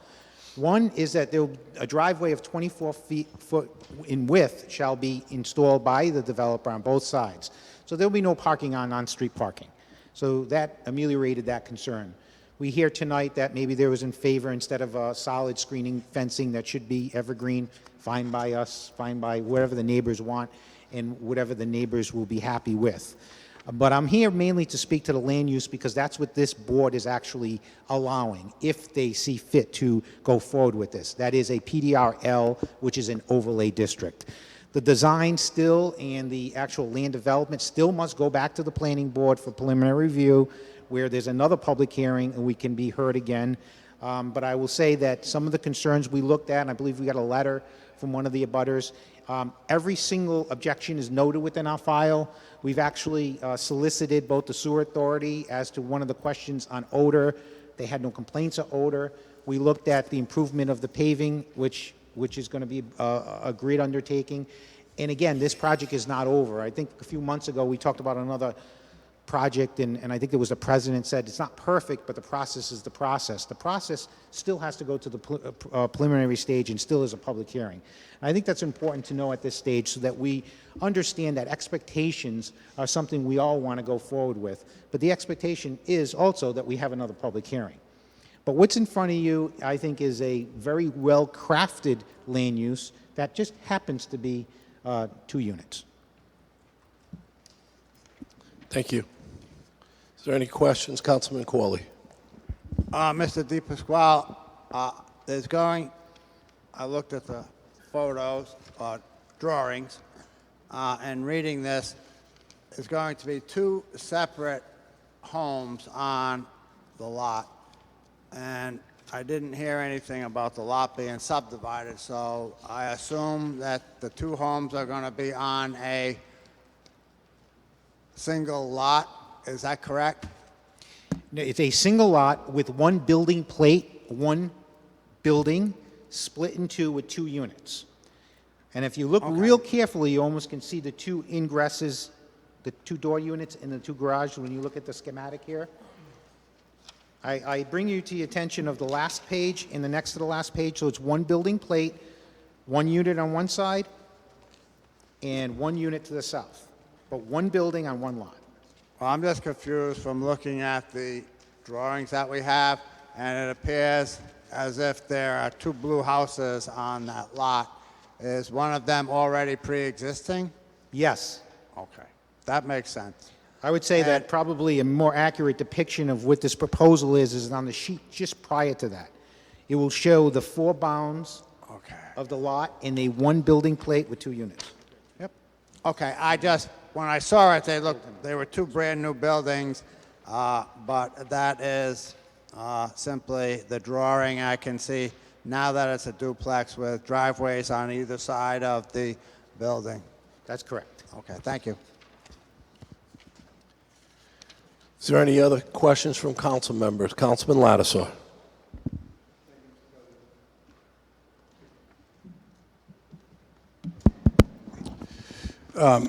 Chief, so, I recognize this is certainly, it's a ward issue, and I respect that, and I support that. I do have a question. It is fair to say that this proposed amendment is on a case-by-case scenario. This isn't like carte blanche through the city. Absolutely, Councilman. Okay. By zoning, the planned district residential is an overlay that's only authorized by this body. That's it. I just wanted to be sure that was clarified for my own edification as well as my colleagues, because as far as I'm concerned, a ward issue is a ward issue, and if it works in that individual's ward and doesn't have any impact on me, works for me. But, Mr. President, I want to just touch on one thing, a comment that you had made earlier, because I think it's significant, and I want to just expand on it for a moment. And that is the fact that we have, and I believe it's referred to as an NFPA certified fire approval inspector. I believe that's the fancy term. Not only do we have one, we have the only one, to my knowledge. Chief, you could correct me if I'm wrong on that, but to my knowledge, we are the only community in the state that has an individual employed by us who has that certification. And that is huge. That isn't just a little thing like it's another inspector. That is huge. And I don't mean to minimize the qualifications or the quality of an inspector, but it's huge because this is reasons why people or builders want to come to Warwick, because they don't have to wait months and months for a fire code review. And I mean, we know from time to time we disagree with each other, and that's fine. We can do that. But I also believe in giving kudos where they're due, and the credit for that particular position certainly goes to Mayor Solomon. That was a monumental step forward in encouraging builders to come to our community and build, so they don't have to go through this egregious process that they incur in other communities. So I just wanted to make that out. And Councilman Lattiser, I was just going to say, it's not lost on all of us that you were a vocal advocate for that process, and we certainly appreciate the administration's position in doing that and expediting the hearing of those petitions. That doesn't mean that when a petition regarding a fire issue comes up, that it's rubber stamped. It just means that it's heard in a timely manner. And one of the problems and one of the complaints I'm sure we've all heard over the years, at least I have, at times getting something approved as simple as a deck took months. Yeah. And that doesn't mean that the deck should have got approved or it should not have gotten approved. It means that it's heard in a timely, efficient manner so that decisions can be made, and people who purchase properties or want to make investments in areas of the city that may or may not be considered blighted would be encouraged to do that, because you don't want people making decisions stating that, well, my investment is going to be tied up for months, and I don't know if I want to invest here in Warwick or here in another city or town in Rhode Island, just because of the length of the approval process. And that should not go on deaf ears. It should be known that the city of Warwick will look at these issues now in a more efficient manner, that those proposals would be looked at and ruled on in a reasonable amount of time, and so that developers just don't pass us by because they're concerned that it's going to take too long. And bringing those services under one roof and not worrying about it being transmitted to another department that might have a lot on its plate and cause delays, I think was an excellent move on behalf of the administration, and I certainly appreciate it. Councilman Qualley. I have one more question from Mr. DePasquale. Want to pick his brain once more? Your mic isn't on. Mr. DePasquale. Yes, sir. I'm out of practice with this. Can you define in common parlance what the word overlay means? Yes, sir. So each property is divided into different zones in the city. And in this case, residential zones consist of residential A7, which requires 7,000 square feet of area to build a single-family home, A10, 10,000, 15, and A40. Within those zones, you're eligible for a overlay. Call it cheese on a hamburger. That overlay allows you to do a little bit more. It could be planned district residential, which is multifamily. You saw two versions tonight. You saw a full PDR, which is over so many units, and then a PDR light, which is 2 units. Also eligible within a residential zone are planned unit development, which mixes office use with residential to certain performance standards.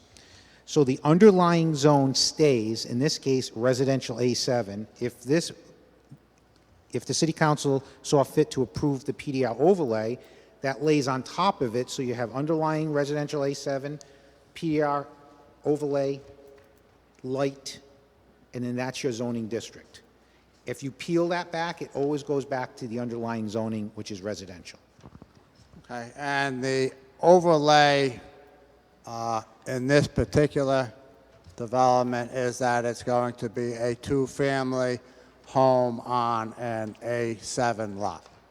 Yes, so basically, planned district residential means that the density of the unit, the land use stays the same, still residential, you just have more density on that lot. And whether it's light or whether it's a full PDR, the density calculations are actually prescribed by ordinance based on how much area you have. I understand the concept now. Thank you. You're very welcome. Councilman Sinapi. One main thing to make sure, I know everyone got a copy of the letter from the 2 constituents. Just want to make sure we have it for the record and that it's noted. It's rather lengthy, so I'm not going to read the entire thing in, but at least we have it submitted so that that's part of the record. And because this will be going back to planning too, the constituents can bring their concerns up there too, those that have not already been addressed by planning, as pointed out. And for those who might remember, Cadora Avenue, this is where we just passed the restriction on parking to address one of the issues that was brought up in this letter, because that commercial property that was referenced by Attorney Shikarchi, that's the one that's been causing all the parking issues. So that'll hopefully alleviate that concern and make this development an even better situation for us. Thank you. Any other council members have questions? Is there anybody else to speak in favor of the project? Is there anybody else to speak in favor of the project? Is there anybody else to speak in favor of the project? If not, is there anybody here to speak against the project? Yes, sir, if you could identify yourself for the record. My name is Gary Shaw. I live at 160 Rome Ave. I'm the main abutter to the property. Although I'm not here to go against the proposal, I am here to confirm the city and the developer are committed to planting the arborvitaes or some sort of hedge type so I can maintain my privacy, going from having one family behind me to now all of a sudden having 2 families living behind me. Thank you. Is anyone else here to speak against the development? Anybody here else to speak against the development? Anyone else to speak against the development? If not, Councilman Sinapi, could you move to close the public hearing?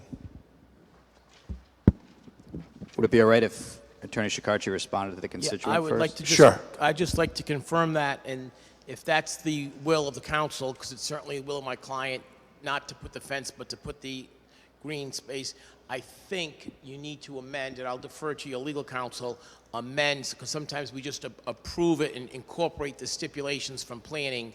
I think you need to amend that stipulation, or to say, in lieu of a fence, the developer and the city can agree to put landscaping to the satisfaction. I mean, I'm sure Senator Conley can come up with language, but I think you need to just mention it to give a little bit of guidance, because while planning is very, very important, the ultimate decisions in this project get made by the council. So that would be my only suggestion, but everything this gentleman said we were in agreement with. We met on site to go over this. We actually walked the site.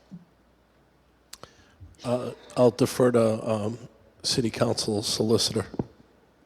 Yes, I would agree with the suggestion that if it is the council's will to include the hedge or, for instance, arborvitae sample space in that instead of the fence, that be made as amendment with the motion. Councilman Sinapi, you can make that amendment at the appropriate time after we close the public hearing. Is there anyone else to speak on this against the proposal? Okay, Councilman Sinapi, if you could make a motion to close the public hearing.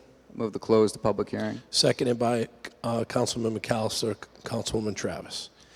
Everybody, sorry. All those in favor? Aye. All those opposed? Public hearing stands closed. Councilman Sinapi, if you could move it favorable or unfavorable, and then we could have an amendment. I move for favorable action.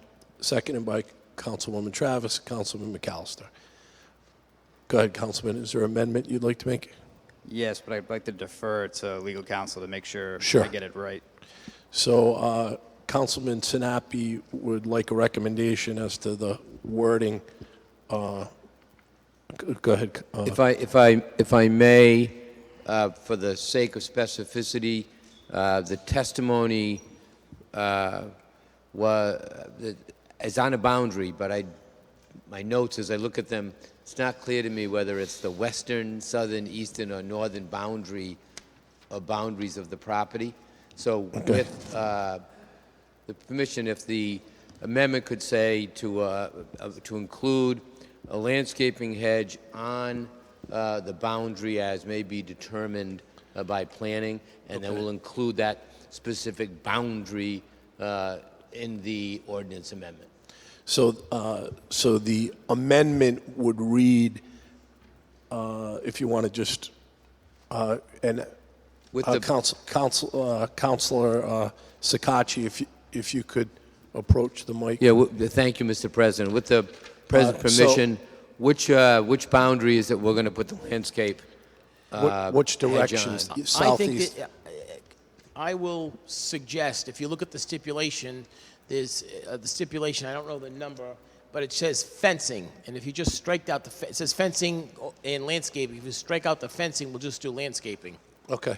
That's fine. And looking at the stipulation, so long as that's consistent with planning is. and the representation. And I just want to point out, this project does have to go back for planning, and that, excuse me, at that time, there'll be a very detailed plan and a landscape plan, and this gentleman will get notice as well, and the city will be there. So we're all in agreement, and there'll be another public hearing to make sure we're all in agreement. So, Mr. President, looking at the stipulations, I agree that that's a good suggestion, so that the amendment would be to strike fencing and Leave everything else. in its place put landscape hedging, and that will cover it. Okay. Councilman Sinapi, is that your amendment? So moved. Okay, seconded by Councilman McAllister, Councilwoman Travis. Any discussion on the amendment? If not, a yes is to approve, and the clerk will call the roll. Yes. Yes. Yes. Yes. Yes.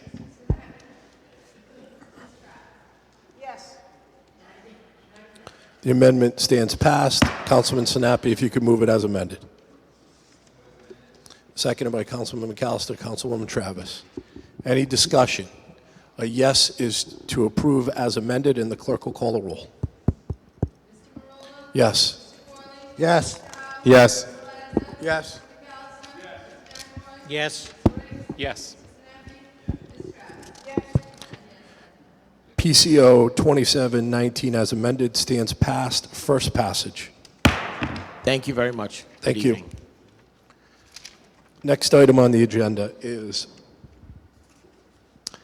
PCO 2119, an ordinance relative to employee benefits that's not drafted. Committee report. Finance. Hold March 9th. Held March 9th. Next item on the agenda is PCO 2219, an ordinance relative to council office space. Committee report. Public properties. Recommend favorable action with an amendment. For action, Councilman Lattiser. Move favorable action on PCO 22-19. Seconded by Councilman Ricks, Councilman Qualley, Councilman McAllister. Go ahead, Councilman. Yes, I'll defer to legal counsel just to read those amendments. Mr. President? Yes. So for the amendments, paragraph 1, insert at the end the words "as a conference room," and as to paragraph number 2, delete the first sentence and insert the word "all" before the term "council members." Very good. Are you moving that as the Move amendment? favorable action as amended. Seconded by Councilman Ricks, Councilman McAllister. Any discussion on the amendment? Any discussion on the amendment? If not, a yes is to approve, and the clerk will call a roll. Yes. Yes. Yes. Yes. Yes. Yes.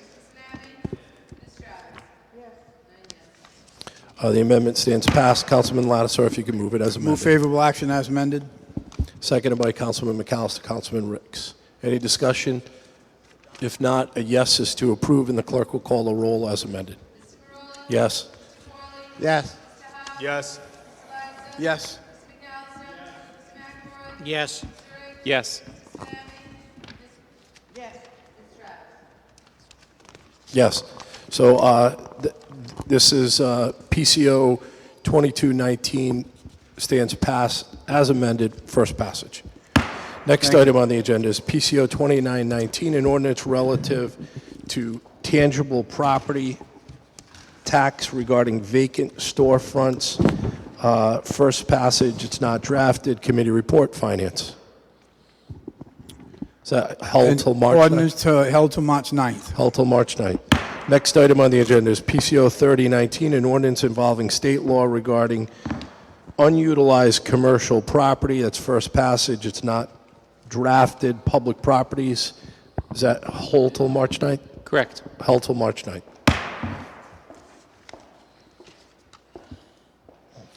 Next item on the agenda is PCR 1618, tree damage claims. That's not drafted. Committee report. Public safety. Held till February 24th.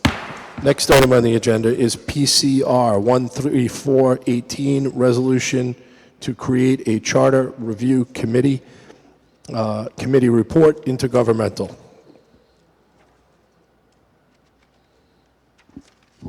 Favorable action.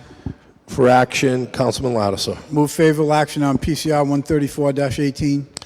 Seconded by Councilwoman Travis, Councilman Howe, Councilman Qualley.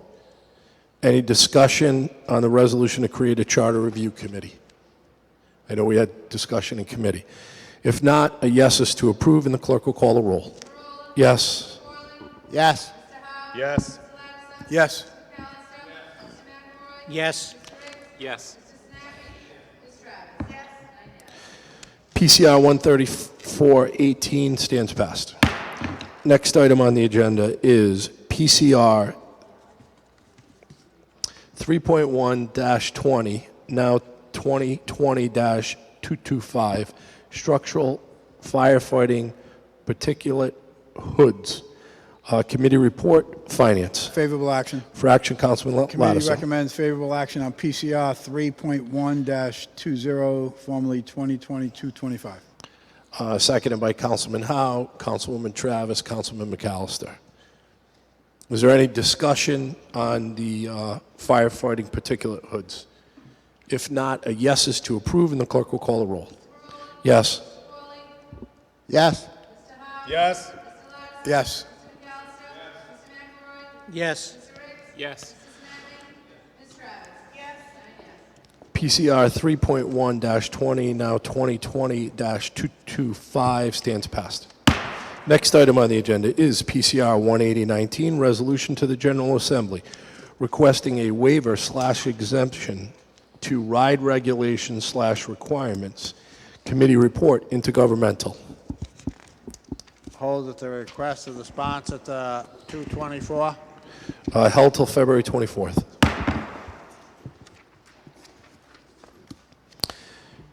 Next item on the agenda is PCR 18419, a resolution relative to no commercial trucking on Narragansett Parkway. Committee report, intergovernmental. Hold to March 9th at the request of the sponsor. Held till March 9th. Next item on the agenda is PCR 19019, a resolution relative to claims. That's public safety. Committee report, public safety. Held till February 3rd. Next item on the agenda is PCR 19519, a resolution relative to creating a commission to study health insurance benefits. That's not drafted. Committee report, finance. Hold it February 24th. Held till February 24th. We'll move to unanimous consent. Anything for unanimous consent from Ward 1? No. Pass. Ward 2? Pass. Ward 3? Pass. Ward 4? Pass. Ward 5? Pass. Ward 6? Pass. Ward 7? Ward 8? And Ward 9 passes. Councilwoman Travis. Councilwoman Travis moves to the docket session. All those in favor? Aye. All those opposed? Council now stands in the docket session. Ward 1, anything in the docket? Pass. Ward 2? Pass. Ward 3? Yes, Mr. President. One item, a resolution by the Warwick City Council urging the governor not to raise the amount a veteran pays to live in the Rhode Island Veterans Home. I'll go into intergovernmental. Anything else for Ward 3? No? Pass. Ward 4? Pass. Ward 5? Yes, Mr. President, I have a resolution. It's going to be school bonding consideration for the 2020 ballot. Finance. And is that co-sponsored? Oh, yes, I'm sorry. It's co-sponsored by Councilman Rolla, Councilman Qualley, Councilman Ricks. Thank you.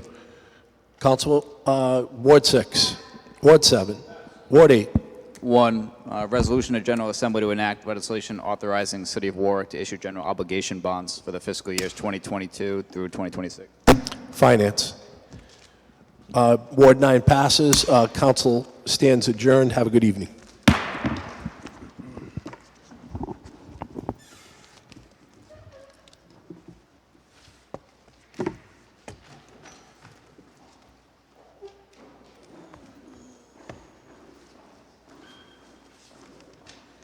Thank you.